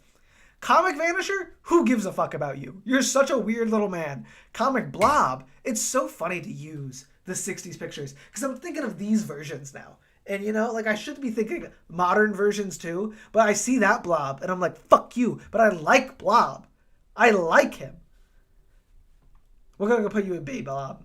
Toad? Comic Toad? I'm sorry, can't. He's not as fun in the books.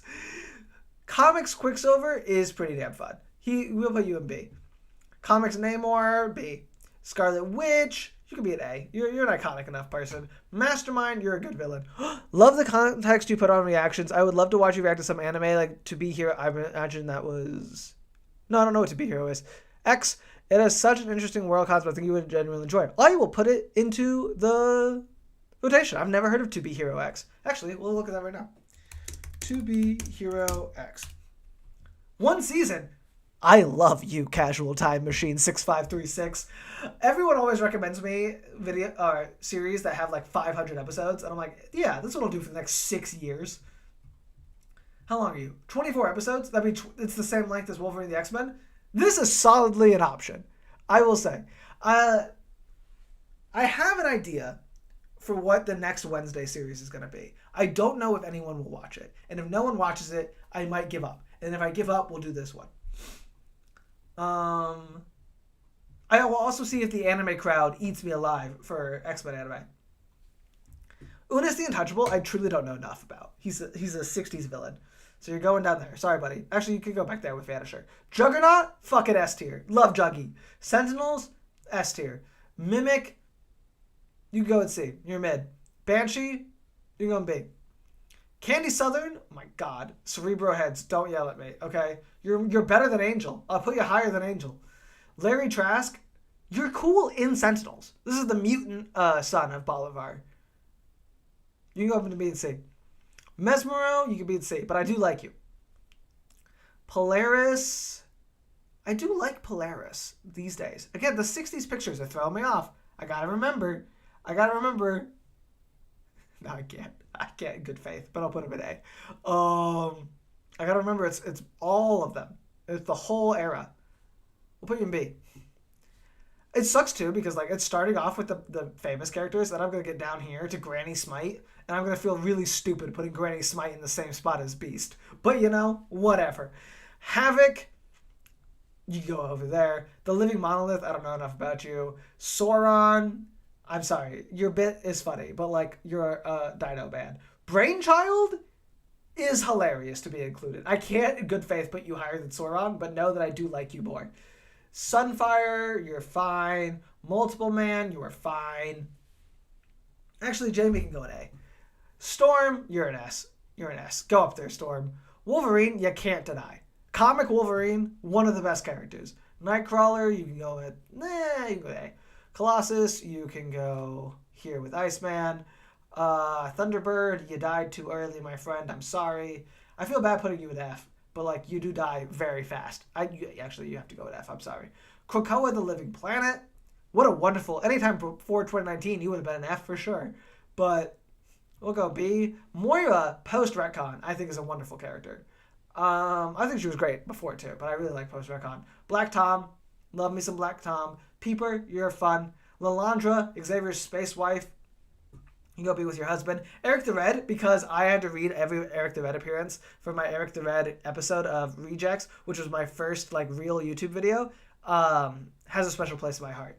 Corsair, I love Corsair. I don't know why Raza. Oh, Raza? Corsair, Hepzibah, Chad? Hod? We're going to change. No, I can't change it up. Both Corsair and Hod make it in there. Hepzibah, you could be an A. Gladiator, you're a B. Oracle, I'm sorry, you don't matter to me. Mentor, you don't matter. These are all the, what do you call them? Imperial Guard members. Fang is funny. He gets to be in D just because Wolverine takes his outfit, like literally his outfit that he was wearing, and then just that's a new outfit for Wolverine. Smasher. Oh, you're the new Smasher. You're Cannonball's wife, but I still haven't read enough to care about you. Mariko, you're fun. North Star, you're fun. Aurora, you're fun. B is going to be where I think a lot of them end up landing. These are my fave. These are like some of the best characters you can't deny. These are ones I'm personally attached to. These are the rest. And these are like totally mid. We have good mid, bad mid. Characters I either hate or don't care enough about. And characters I don't know.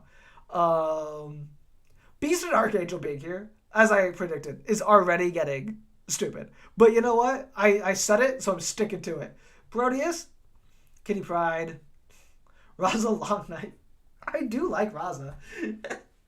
Emma Frost has got to go up there. Sebastian Stan, you could be an A.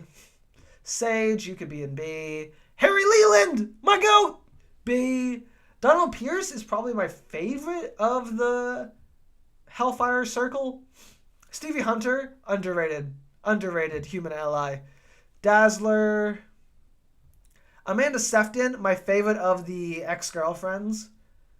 Margarly, you could go down. I feel like Margarly never gets to actually be that impressive. Mystique's an S, obviously. Destiny, you're an A just because you died for so long. I lied. You could go be with your wife. Pyro, I like you. Avalanche, you're low. I'm sorry. You don't do anything. Senator Kelly in the comics, I think he's an A. He's still a really good villain. And his turnaround to be pro-mutant is crazy. But, actually, he's a good villain, but he's no Henry P. Gyrich, you know? Like, he's just the political guy, and Days of Future Past slaps, but, like, once Henry P. Gyrich becomes the government baddie, I think Gyrich has to go higher. Wendigo, I like the Wendigo. Canadian cannibals are hilarious. Lee fucking Forrester is an S. Let's go! The only girl to date both Cyclops and Magneto. She's a fucking sailor. She's a badass. She's currently living her best Tarzan life in another dimension. Siren, you could be a B. Caliban, you could be an A. Rogue. Oh, I lost her. Where did I put her on accident? Oh, she's here. Rogue, you're an S. Carol Danvers. I do love Carol Danvers. We're going A. Deathbird, Lalandra's sister, is going lower in C. The Brood, I really like the Brood. They're just alien. It's literally just alien. But I like them. They're good villains. Yukio, similarly. I just like them. Lois London, I have no idea who that is. Lois London. Oh, Dazzler's sister? What the fuck? How many comics you been in? 18 ever. That's so funny. Well, I know that you're Dazzler's sister. And for that, you gotta go to D. We gotta be real here. Belasco, Magic's an S. Belasco is such a good villain in that Magic story. He gets to be in B. Danny Moonstar's an A. What's funny is, like, Danny is my favorite New Mutant, including Magic. But that first Magic solo, the one this is taken from, is just one of the best comics ever. Cannonball, you can be an A. Sunspot, you could be an A. The New Mutants are just going to eat up A. Wolfsbane, you get to be in B because of what happened to you after. Karma, you get to go to B. Stryker is an S tier villain, in my opinion. God Loves Man Kills. Read it. And then don't read any other appearance of William Stryker. When they made him a cyborg and part of the Weapon Plus program to tie into the movies, it got worse. Lockheed's an A. We know this. Madeline Pryor, you can go to A. Callisto, you go to S. Mask, you can go to A. Sunder, my boy, all the Rejects characters are getting higher ranked because I read all of their appearances and developed a parasocial relationship. Silver Samurai, one of my favorite Wolvie villains. I don't know. I guess really this show spoiled him a little bit for me. Viper's very fun. You can go next to her. I love me some Puck. Cloak, we can go pretty high. Well, B. He's on the same level as Professor Xavier. Don't get mad at me. Cloak and Dagger can go there. Celine, high B. A high ranked B.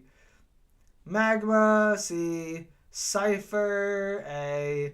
Jimmy Proudstar can go into B. Empath, A, because of Hellions. Tarot, C, because she doesn't do a lot after she dies. Jetstream I do like. I'll say I rank Jetstream a little high. Cat's Eye goes to B because I love her. She's Emma's ward. For those who don't know, so they did New Mutants, right? That's like the good kids. And they did Hellions. That was supposed to be like the bad kids. But Wolfsbane, this girl, is Moira McTaggart's ward. She like adopts her, basically. And the parallel of that is that Emma Frost adopted Cat's Eye for the evil team. So this is like the Wolfsbane equivalent for the evil side. And I need that to come back up. I need Emma and Cat's Eye's relationship to be explored in any capacity at any time. Even like with the Cuckoos now, like have a family dinner that's Emma, the Cuckoos, and also Cat's Eye. Because she's part of the family, man. Warlock, you're going to S. Leech, you're going to S. Wild Child, you can go to C. Rachel Summers, you can go to B. Forge, you're going to S. Val Cooper, where did I put Gyrick? You could be with Gyrick. Madison Jeffries is a D. I don't care about Madison Jeffries. Ogun is an F. I don't care about Ogun. Lila Cheney could be a B. I like Lila Cheney. I like Lila Cheney a lot. Where did I put Dazzler? Dazzler's just more iconic, but I do think as a character I like Lila more. It's my list. Shut up. Nimrod, very fun villain. Firestar, don't care about you. Strong Guy, let's go. Shadow King, I like, but I feel like they've never gotten quite right. I think I have to put him in B. Fenris is a fun one. Legion's a fun one. We're still gotta put him in B. Cameron Hodge is a great villain, actually. I wish we got more Cameron Hodge. If we ever needed like a human, bigot, robot guy, it should always be Cameron Hodge. I don't know why it's Stryker now all of a sudden, but Rusty Collins, everyone hates this boy so much, it kind of makes me like him. But we'll still, I'm going to put him in B out of spite. Artie! Artie's an A. Sorry, Leash is an S, but Artie, I still love you. You're an A. Frenzy, you can go to B. Apocalypse, Apocalypse post Krakoa, I think is S tier. This is getting too big to fit on the screen. Oh, you're going to just have to trust me who I'm talking about. Skids. I like Skids. I would like her to come back. I think she would be a very fun person. We'll put her in B. Trish Tilby, the reporter, you can go B. Deathstrike, you're an A. Betsy Braddock, you're an A. Spiral, you're a B. Mojo, you're an A. Longshot, you're an A. Longshot, you're in B. Tommy, you got a great single issue of a comic, but you're only in one comic. I gotta put you at C. Malice, you're gonna be an A because I loved you in the Marauders, and then your one comic in B. Your one comic in Excalibur is so good. Grey Crow's an A. Grey Crow, they've done some incredible redemption arc shit with. Arclight, I just love the Marauders. The Marauders are all gonna get kind of highly placed. C. B and B. Scrambler is a B. Riptide could be the first C. Harpoon, I can't put Harpoon that high. Blockbuster's the first D because he's literally left out of most Marauder things at this point. Similar to Prism. I wonder actually. Let me go to my favorite image. Gambit Origins Marvel. I think it'll literally open to my favorite fucking image. Yeah, it will. Nope, that's the other one. Back it up, back it up, back it up, back it up. Here it is. Literally, you see? No Prism, no Blockbuster. They just forget about him. We got can you see this? Yeah. We got Arclight, Sabretooth, Harpoon, Grey Crow, Vertigo, Scrambler, and Riptide. They just forget about Blockbuster and Prism every time. Sabretooth, it's hard not to put Sabretooth in S. I think he's such a good villain. Mr. Sinister, I put Magneto in S, so I feel like I gotta put Sinister in A. Ariel, I don't really know much about. I'm sorry. Boom Boom's in S. It's getting too long. Alright, Boom Boom's gonna go in B temporarily while I move her to the S tier. Richter, you can go B. You were never my favorite of the New Mutants. Adversary, Honestly, C. He's a cool villain. I feel like they never really get to do enough with him. Cypher deserves SS+, just don't count Revelation. Cypher's in S, I think, right? Or is he an A? I ranked him high. I thought he was an A. I meant to rank him high. Where is he? This has gotten so hard to see.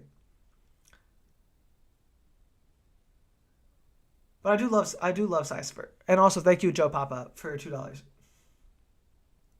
Arcade, Mario, Black Tom, Hepzibah, Smash Dog, blah, blah, blah. Where did I put you? Where did I put you, dog? I don't know. He's in the void now. And you know what? Perhaps that's where he deserves to be. Captain Britain, again, I just don't personally care. Megan, I have not read a lot of Excalibur, guys. Please don't yell at me.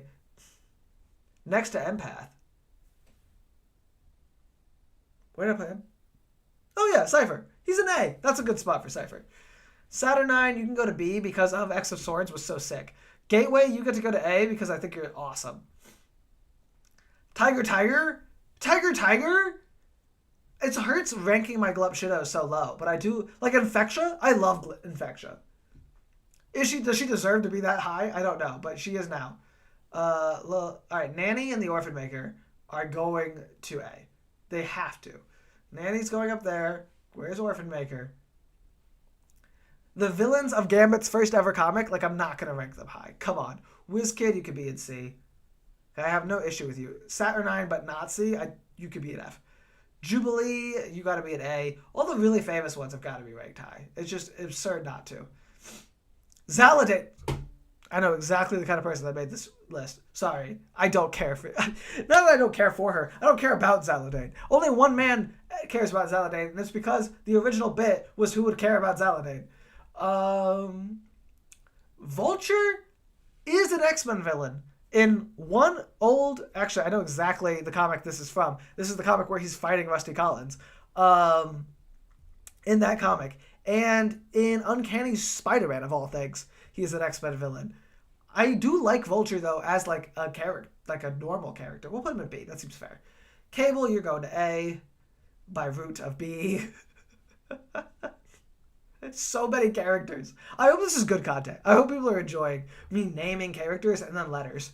Holy fuck, Reaper! I love Reaper! We have the MLF! Let's go!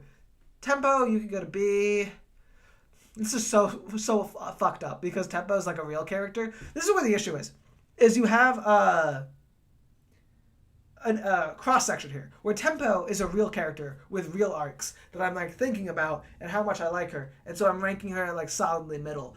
Reaper is a fake character who's in like 10 books and has no arcs and is just a little goober, and I like him because he's one of my little goobers. Wild Slide, you can go D. You're not. Forearm, I think you're hilarious. Thumbelina, you can go F. I truly Strobe. Dragon S. Zero, you can go to D. That's Strife's little robot dude. Strife, I do like. Strife could go to B. Bliss, the girl with the fuck. Here, let me show everyone Bliss. Let me make sure the world understands Bliss. You actually can't just Google it. You do have to specify. She's a Morlock.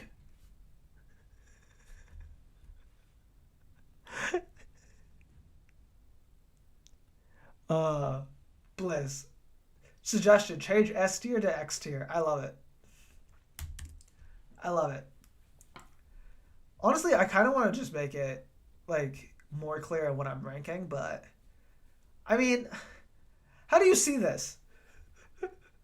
And not rank it high? That's my point, you know? Well, I'll put you in C because I'm starting to feel bad about some of these choices. But, oh, Gambit? Gambit? Come on. This is what I'm saying. Gambit's my favorite character. Is he as well written as Magneto? No. But we're just doing it based on my vibe right now. Ahab, I don't care for Ahab. Deadpool, don't shoot me. He's going in B. Domino could go with him. I love that I can tell where we're at. Now we're in X-Force. The very last issues of Uncanny. Nope. The very last issues of New Mutants turning into X-Force. Gideon, you're in C. The main external, for reasons I don't understand. Feral, you're in C. Shatterstar, you're in C. Cyber, you're in F. I think you're boring. Shinobi Shaw, I like more than most people. He's Sebastian Shaw's son, and he's interesting. He does get murked unfairly. Cortez, I rank higher because he's a good villain. And I like that he's like White Fragility, the villain. Fitzroy, I like a lot as a villain as well. He's a bishop baddie, and his thing is he can open up portals, but only if he absorbs someone else's life force first. Bishop, you can go to A. Where did I put Cable? Bishop, you can be wherever Cable is. Somewhere in the void. How close am I to done? This was such a ridiculous thing to choose to do. Micromax, you get small. Truly, who gives a shit? Kylon, I did not read your book. Cerise, you're in Mr. and Mrs. X, so you get to go up for that. Farron, you get ranked low because when I was looking for pictures of Alchemy for my Reject series, I kept thinking you were Alchemy, and you kept pissing me off. And that's the level of Omega Red for the bit. You get to go up to B. You are perhaps the worst written X-Men villain of all time. I truly do think you don't make any sense. However, you're funny as hell. Maverick, I don't care for you. Actually, I like him a little bit in Ben Percy's thing. Belladonna, no one on Earth is going to rank Belladonna as high as I'm about to. But you know what? That's why it's my list. Jamie, I liked you in Krakoa, so you get to go and see. Psylocke, this is the other Braddock, Psylocke's brother. Did I already rank Psylocke? Oh, no, this is Quanon. Oh! Ooh. Now that makes things complicated. Because I don't know, like I like her now. We'll put her in B. Vought, you go to C. Unusion, that's way too high for Unusion. I always thought Unusion was Unis's daughter. Let's check if that's even true. Carmela Unusion. Affiliations and relationships. Okay, yes. Her dad is Unis. That makes a lot more sense. The Kleinstock brothers are the ones I didn't know in this show that like merged into one big guy. We'll put him in C. Sunyaka. Just for the rep. Just for the representation. My little guy who can't do anything but die is gonna rank right next to Professor Xavier. Millicamp, you're just a big monster, man. Neophyte, I don't care about Neophyte. Random, you're fun. You can go and see. You actually deserve that. Fatale, I don't care about you. Graydon Creed, I don't even really care about Graydon Creed. Soft serve versus ice cream, thoughts. Because you paid for that chat, I will address it. I would not have normally. Ice cream wins because he's real. Adam the Extreme, I read a lot of Adam the Extreme for that Eric the Red video, and I kind of like him. I kind of really fuck with Adam the Extreme. I'm going to put him in A. The Executioner, he's great in a Gambit book. In Gambit Volume 3, they do good work with the Executioner. I have a fucking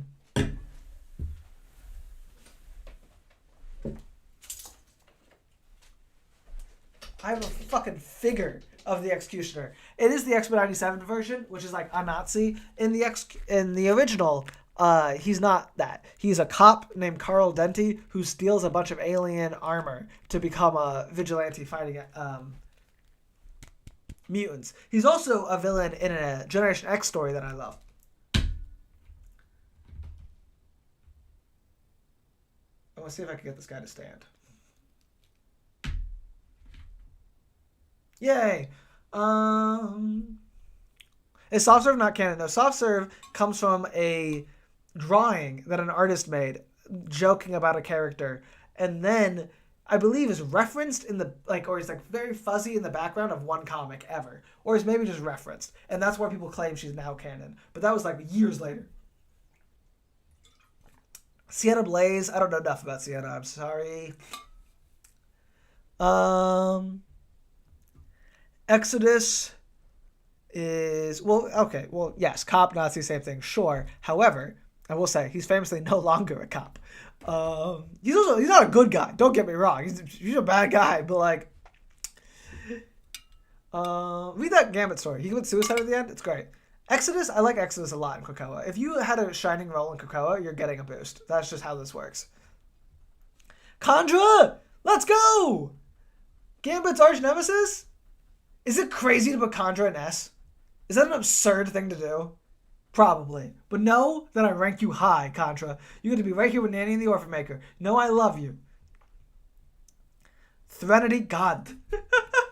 Shout out to the Cerebro podcast, because whoever made this list, truly, I know it feels like every X-Men ever. It can't be. So I'm noticing a similarity that's coming up often. Including Zaladain's crazy. But Threnody, she got a good episode of the Cerebro podcast. Everyone go listen to it. It's one of their best. Sync. Sync's good in Krakoa. You get another boost because of Krakoa. Monet, I just started reading Generation X a little, like 2 months ago, and I have to say that's made me warm up to Monet a lot. Similar with Husk. That's the thing, it's like if you've read the book versus if you've heard about the book, I feel like your feelings on these characters change. Skin, I like Skin a lot. Chamber, you can go to C just because you annoy me. Mondo, they did you dirty, my man. They did you dirty. Mondo's so fun at the beginning of Generation X, and then they reveal that he's not fucking, but he is Black Tom. Penance, different from Monet. Fascinating. C. Emplate, C. Pete Wisdom,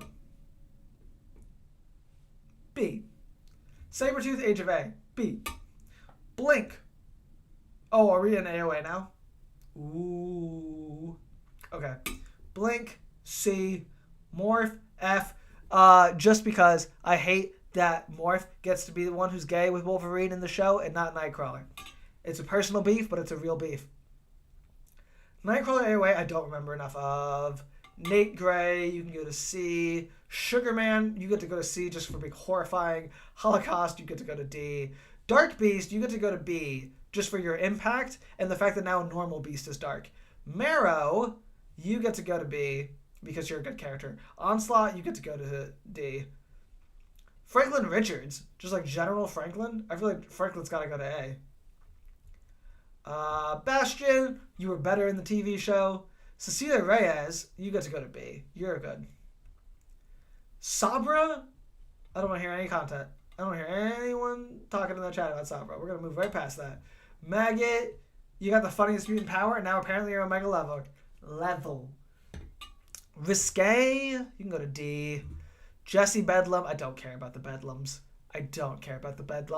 Adrian Frost, Emma Frost's meaner sister. Honestly, F. High Evolutionary, I do like the High Evolutionary. Neil Shara, now he gets us rep. You know, he's an Indian man, and that's good. However, he does go by Thunderbird, and that annoys the fuck out of me. Because the whole thing is the other joke, is like a joke about the other Indian.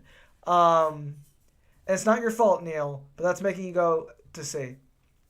Darkstar, I don't know anything about Darkstar than that she dies at the beginning of New X-Men, and she's got Dark Force powers. So you can go to D. Now we're in Exiles. I've not read Exiles. I really need to read Exiles. This is part of the reason Morph gets to be all the way down there. So just because I haven't read these versions of these characters, we're putting them an F. Don't hate me. Nocturne can go a little higher because I know more about her. Cassandra Nova is honestly A, if not S tier. Cassandra Nova is one of the better X-Men villains. We'll put her at Sublime, I dislike. And it's not Sublime's fault either. But I think he was meant to be a metaphor for hatred, and people took it way too literal. And now I get a lot of comments telling me that the reason that people don't like mutants is because of bacteria in their brain. And it's made my life harder. Zorn, again, editorial kind of fucked you up, Zorn. Beak! Beak is A, if not S. I feel like I haven't added S in a while, but I feel like I was also judging too harshly. Originally, I wanted to have a wider range. Cyclops, based on the way I've been doing this, Cyclops and Arcade, you could both be S. Nightcrawler, I'm keeping you at A, just to rage farm. The 5 and 1 are an A, for sure. Where? Oh my god. Ugh. That's the Cuckoos. Angel, you get to be in B. Sorry you're not with your boy, but you should have been a weird bird man. Actually, you're a weird bug lady. And that's very similar, so you get to go to A. Martha Johansson, you get to go to B, but I do actually like you a lot in Krakoa New Mutants. Stacy X, you get to go to C. Sorry, you are a what's the Chuck Austin creation. Vargas? I've got to be honest with y'all guys, I'm struggling to remember who Vargas is. Red Lotus? No idea. Lady Mastermind? There's only one, so we're going to rank them for both. I like the dark-haired Lady Mastermind more, but you get to go to B. Lifeguard, you're a D. Slipstream. Now, what is Slipstream? Is Slipstream different than Jetstream? You're going to need to really convince that of B. Right now, Marvel. This better not just be another... It's not. What are you from? Extreme X-Men. Oh, that's why I don't know this. Australian Surfer. What is your power?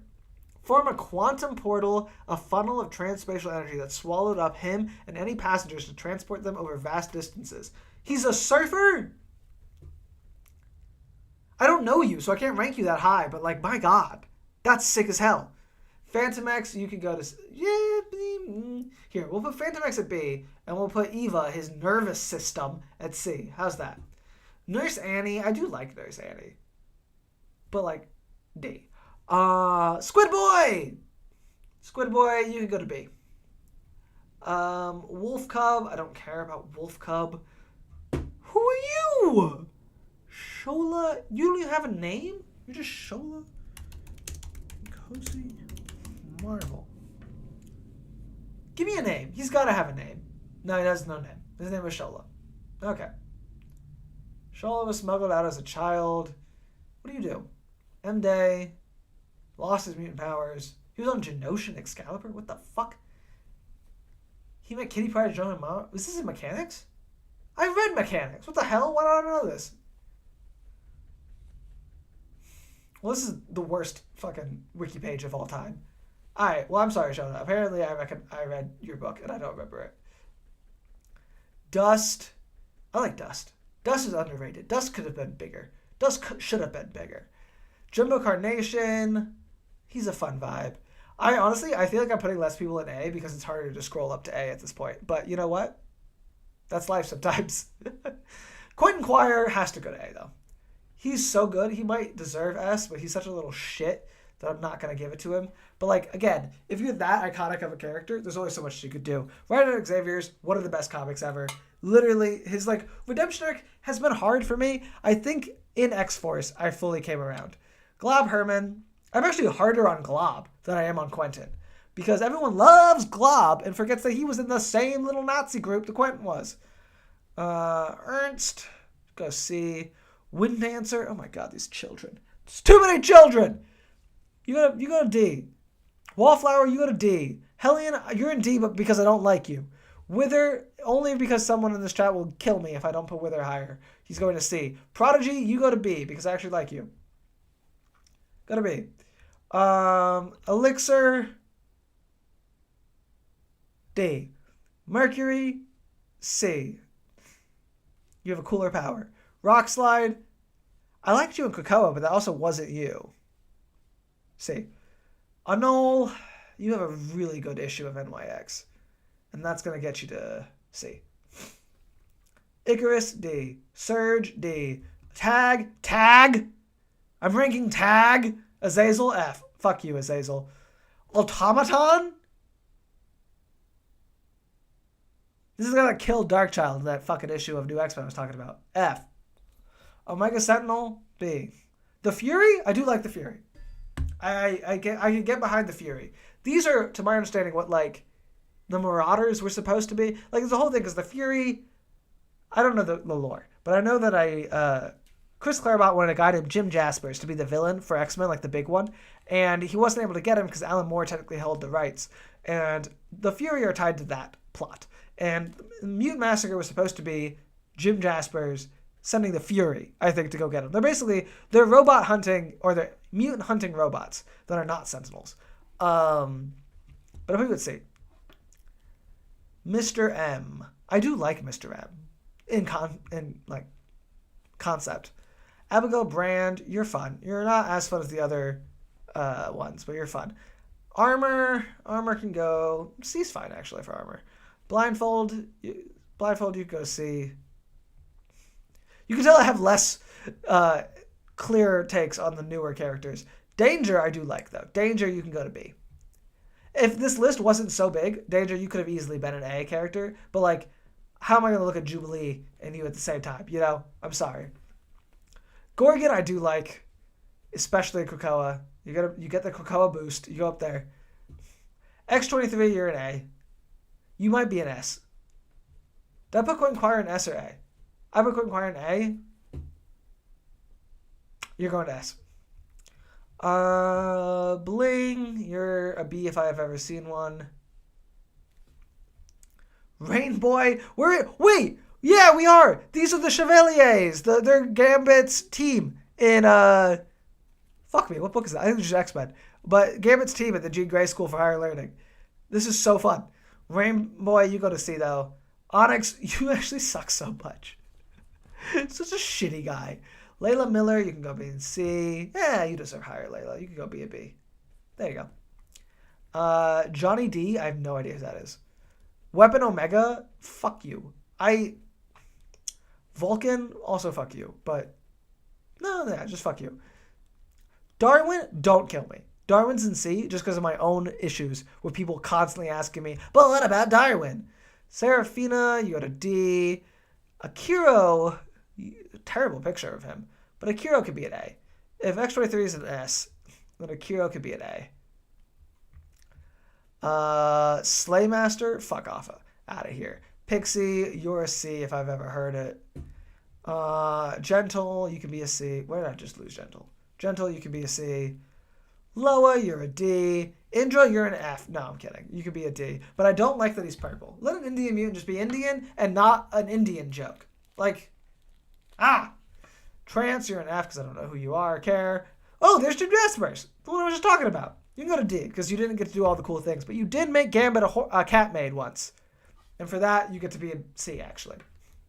Hope, I like Hope. I'm big on Hope Summers. Hope's going up to A. Which it's a slog now, but she's going all the way up to A. Ink, weren't you not even a mutant? I'm pretty sure Ink's powers turned out to be tattoos. I don't even think you were a real mutant.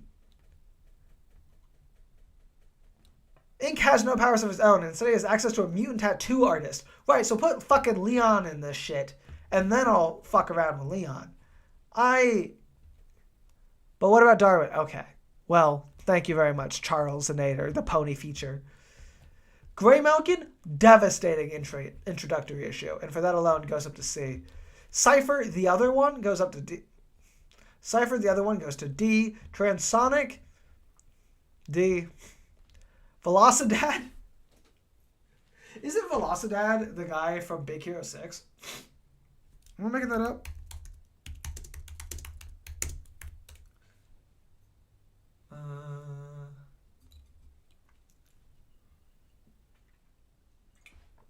I've apparently put in a cheat code to get Spanish Google. Isn't he?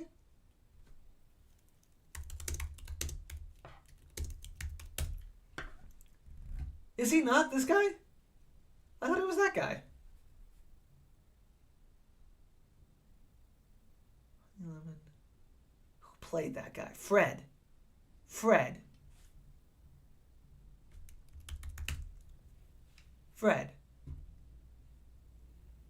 Alright. Frederick Flammarion Fredrickson is his name. I'm starting to think that it's not Velocidad. Gabriel Coelho. I thought it was. Did I make that up in my head?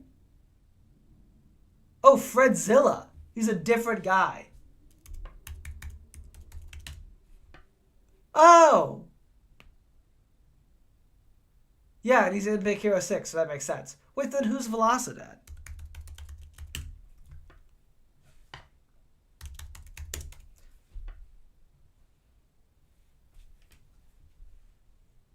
Oh, he's one of the 5 lights. That makes sense.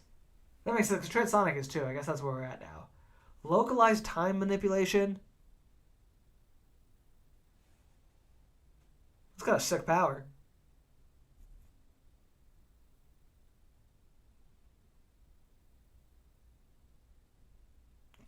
Gabriel greatly dislikes being called Speedy Gonzalez.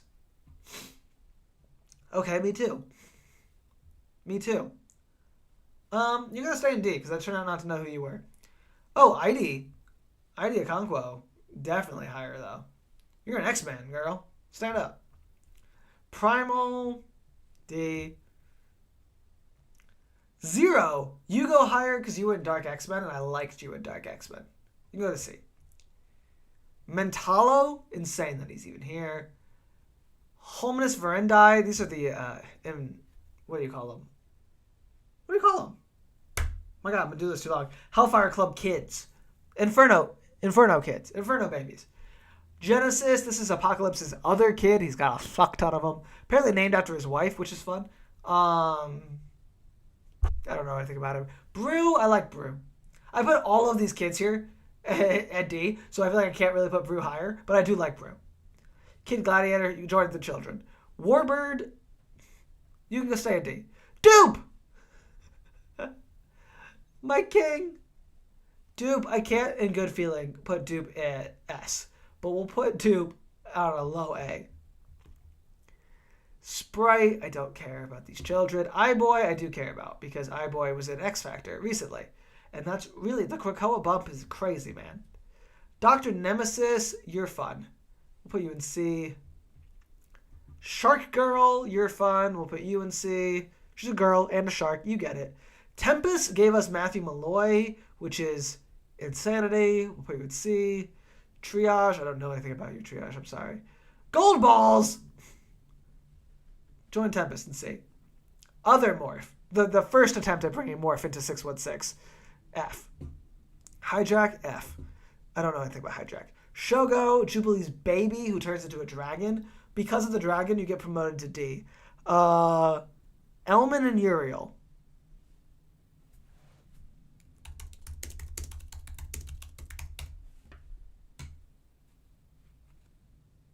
The fuck kind of thing is this? Apocalypse twins, stolen from Clan Akaba at birth. She and her brother Uriel were raised and abused by fiendish time tyrant Kang the Conqueror.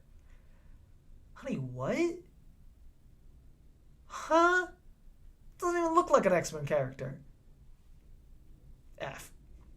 Nature Girl, because she's now Armageddon Girl, and this is what Nature Girl looks like now. Let me show everyone Armageddon Girl. I want y'all to see Armageddon Girl. Look at this. Look at that. Isn't that sick as hell?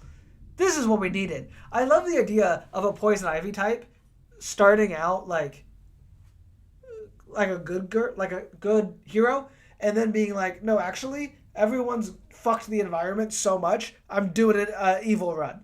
I like this a lot. I think this is hell. This is so good. She is who I kind of wish had become the new Apocalypse, because we watched that arc happen where she was like, no, actually, fuck humanity. I like nature.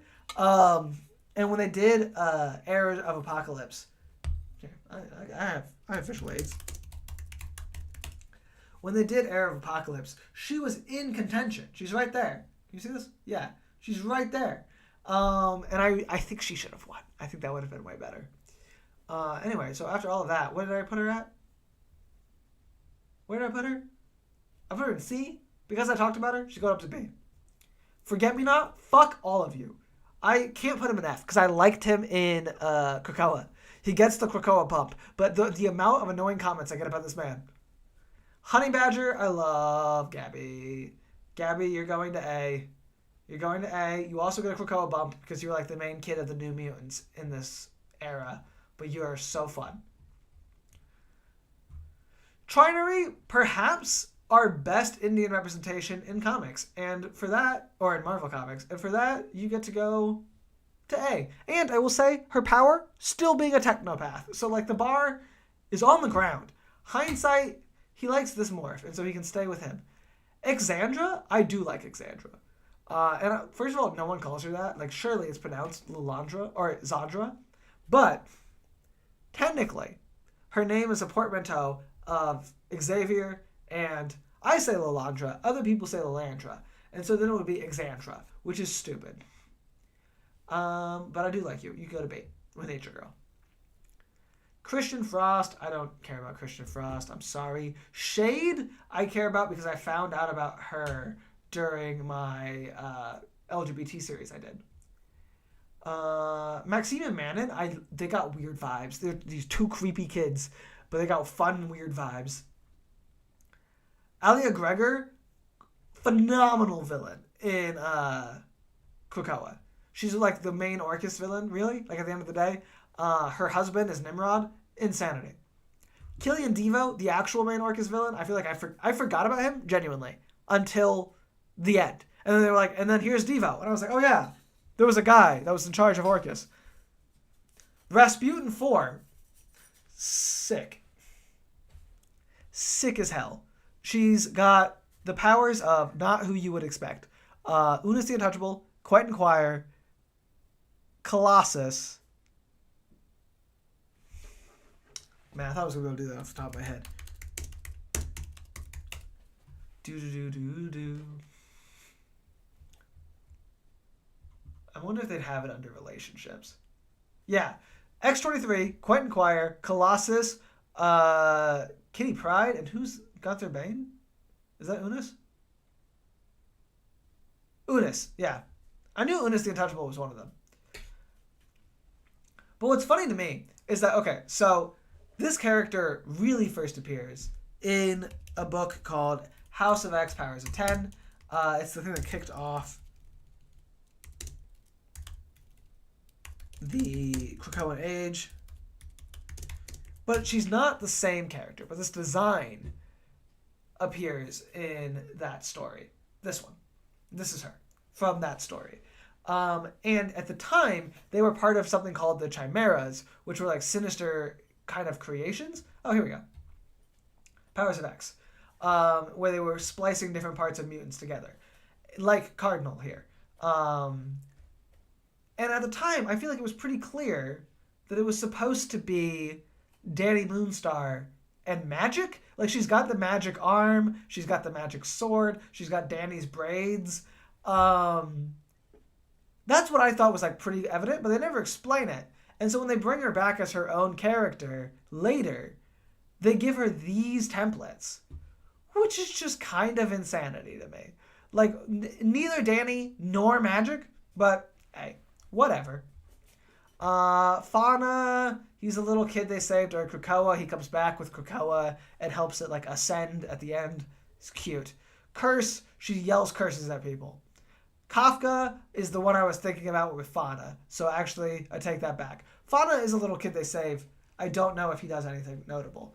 But Kafka is the one I was actually just talking about who helps it ascend. And he goes there. Cosmar goes to A with Gabby. Another Krakoa era New Mutant. Fascinating. I think Cosmar should have been a main character. Like, Cosmar should be the New Mutant kid. And I get it because, like, she looks ugly.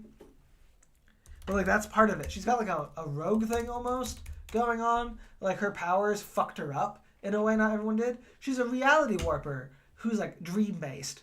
But her first use of her powers turned herself into this thing.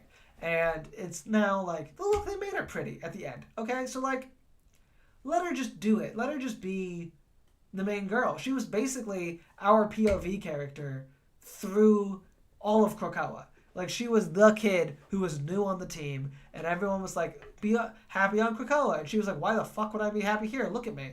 I loved her. I love Cosmar so much. Bring her back. The man with the peacock tattoo. Oh. Did I mention I'm still recovering from sickness? Always and forever. Oh, I gotta blow my nose. You're gonna not hear it.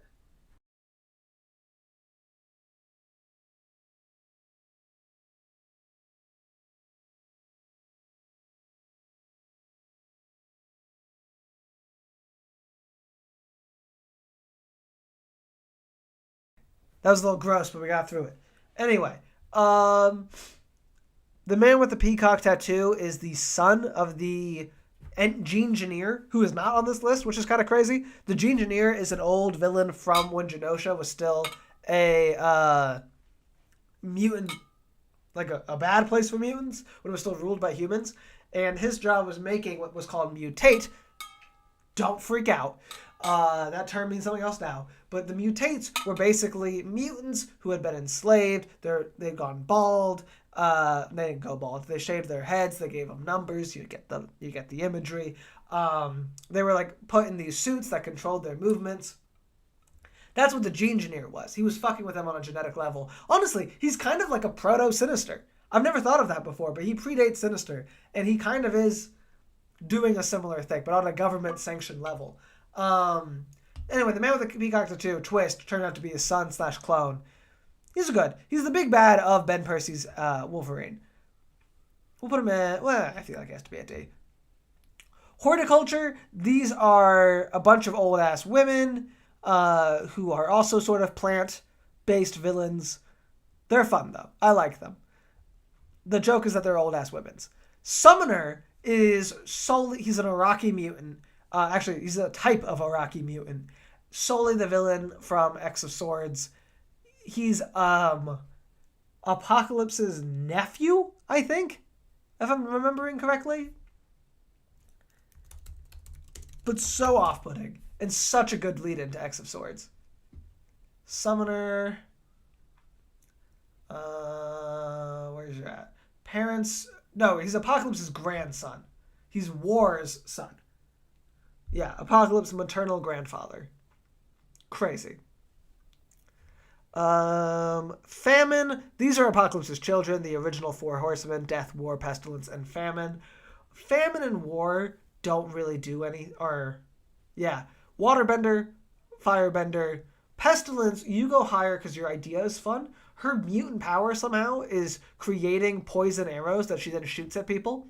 Death is the only one who gets a real character and is like still around to be played with. And for that, he gets to go to B. He has a flirtation with Storm. Very fun. Genesis, Apocalypse's wife, is genuinely an A-tier character, I think. Everything that Krakoa did with Apocalypse was great.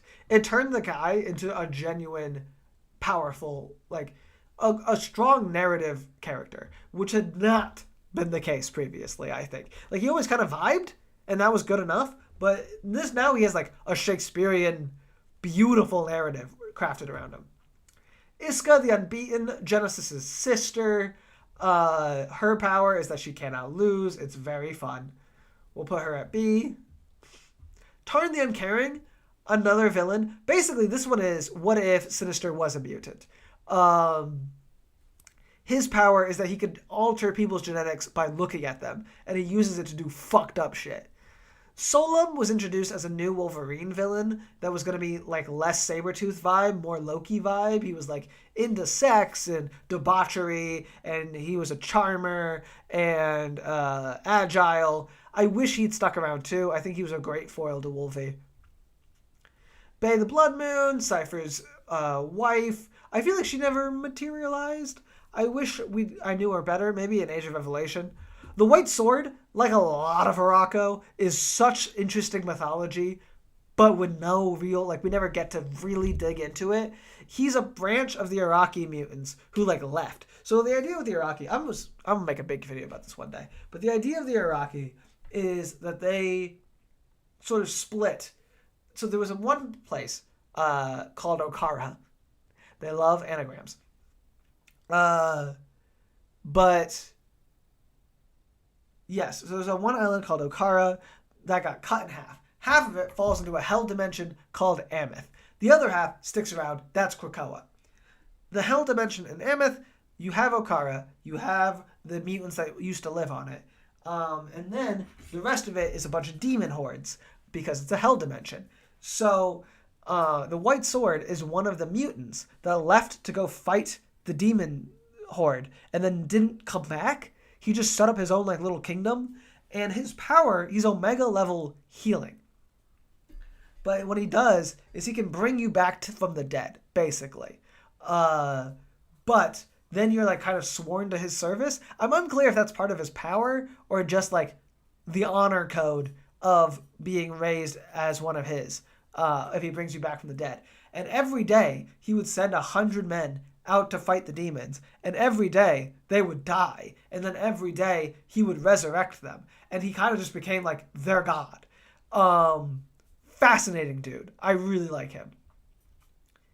Red Roo is just like she's the speaker of their island, the way Doug is the speaker of Krakoa. D. Pog is a giant. Here, let me show the world. Pog is a gigantic crocodile with a scythe and a bunch of arms. Interesting thing about him is that he's not actually. He's this little goblin guy, and this is power armor, which cracks me up because you can see it's power armor wearing power armor because he crafted little alligator arms for no reason. But this is the real Pog. He also speaks entirely in rhyme. Fun little gag character. I think at this point we can't really put him higher than C. If he had come earlier on the list, I think he would have been an A because I was having more of a ball. Manifold. He's a teleporter, except he's not. His whole thing is explaining that he's not a teleporter. He talks to the universe and asks it to bend for him, which is OP as fuck. Lost. Her thing's gravity control. Her real story is in Way of X. It's very beautiful. It's about, religion and such. DJ. Insane pull. But you know what? He was actually in Wolverine the X-Men. Tie it all around. I can't in good faith rank DJ any higher. Also, after I talked about White Sword for that long, I want to put him in B as well. And I'll actually put Lost in C. Gimmick. So there was a book called Children of the Atom, which was entirely about cultural appropriation. It was a bunch of humans found alien tech and decided to pretend to be mutants because mutants were on Krakoa at that point, and they were seen as cool and badass and not oppressed. And then humanity was like, actually, fuck all mutants, as they want to say. And so it became really dangerous to pretend to be a mutant. They got kidnapped by the U-Men. It was a whole thing. Anyway, Gimmick, the twist, is that Gimmick turned out to be the only one who was actually a mutant. And then she joined up with the Dark X-Men and everything. She's another character I feel like never really came into being. It was cool at first because, as you could tell, she's kind of emulating Gambit. They were all picking very specific characters to base themselves on. I gotta remember that it's not automatically filtered by Marvel. So like she's Gambit, this Cyclops Lass, this was supposed to be Angel, that was supposed to be Nightcrawler, that's supposed to be Marvel Girl, right? But I feel like she never really came into her own. So I will put her at C. Cora of the Burning Heart. She has a burning heart, and also her power is to boost other people's powers. She's cool, like a lot of the Iraqi mutants. Doesn't do a ton, but it's fun.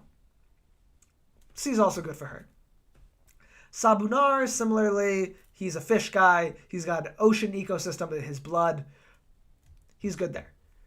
Xylo never made sense to me. Xylo's a bug dude. They love to make him merge with other people. His power genuinely might be terraforming. He just kind of goes into Mars and then makes it habitable.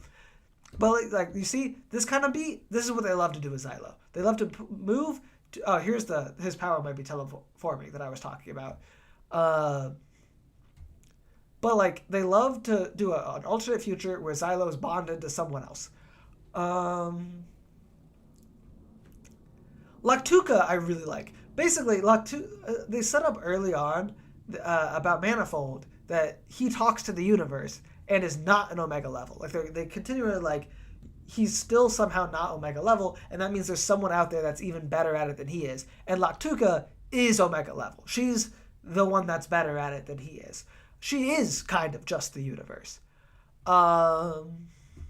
Lotus Lagos, I like this guy a lot. He was a poet. His power is to literally turn words into metal that he then shapes into knives. He's sick. Aura Serrata, my goat, my queen. She looks at you, you cease to exist. I can't put you higher than C, but you were fun.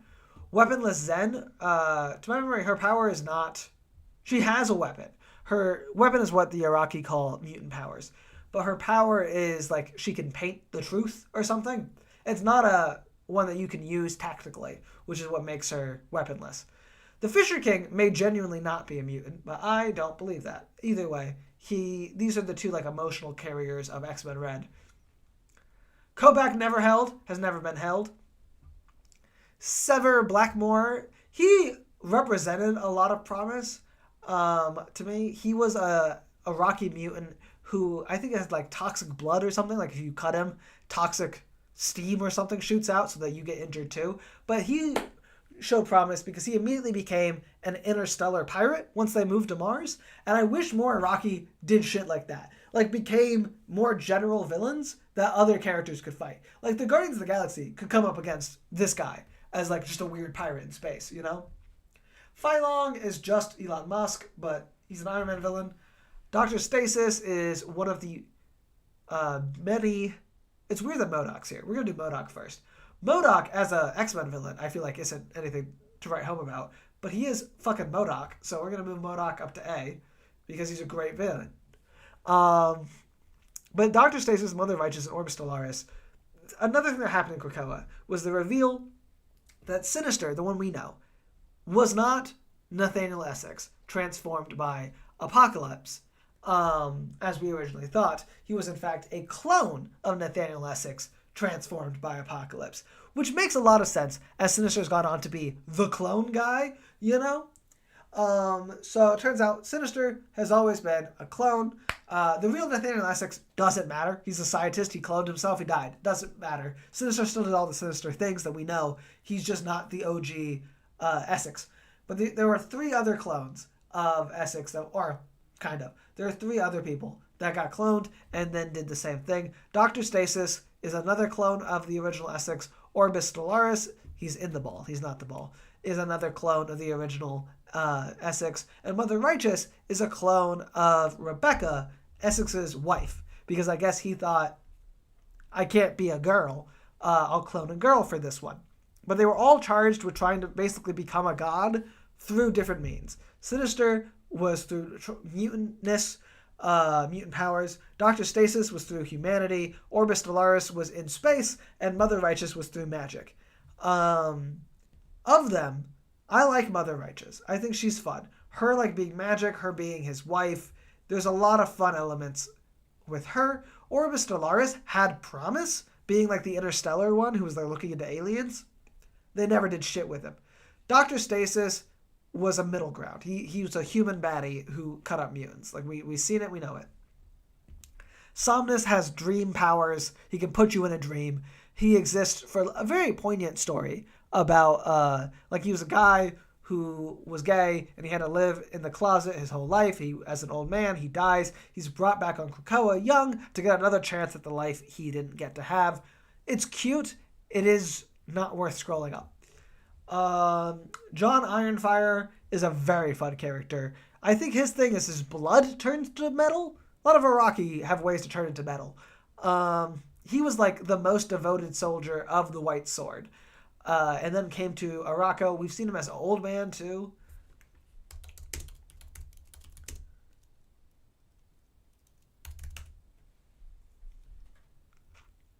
Yeah, this is actually how we first meet him in Sins of Sinister. And then we go back to learn that he's like hot and sexy in present day.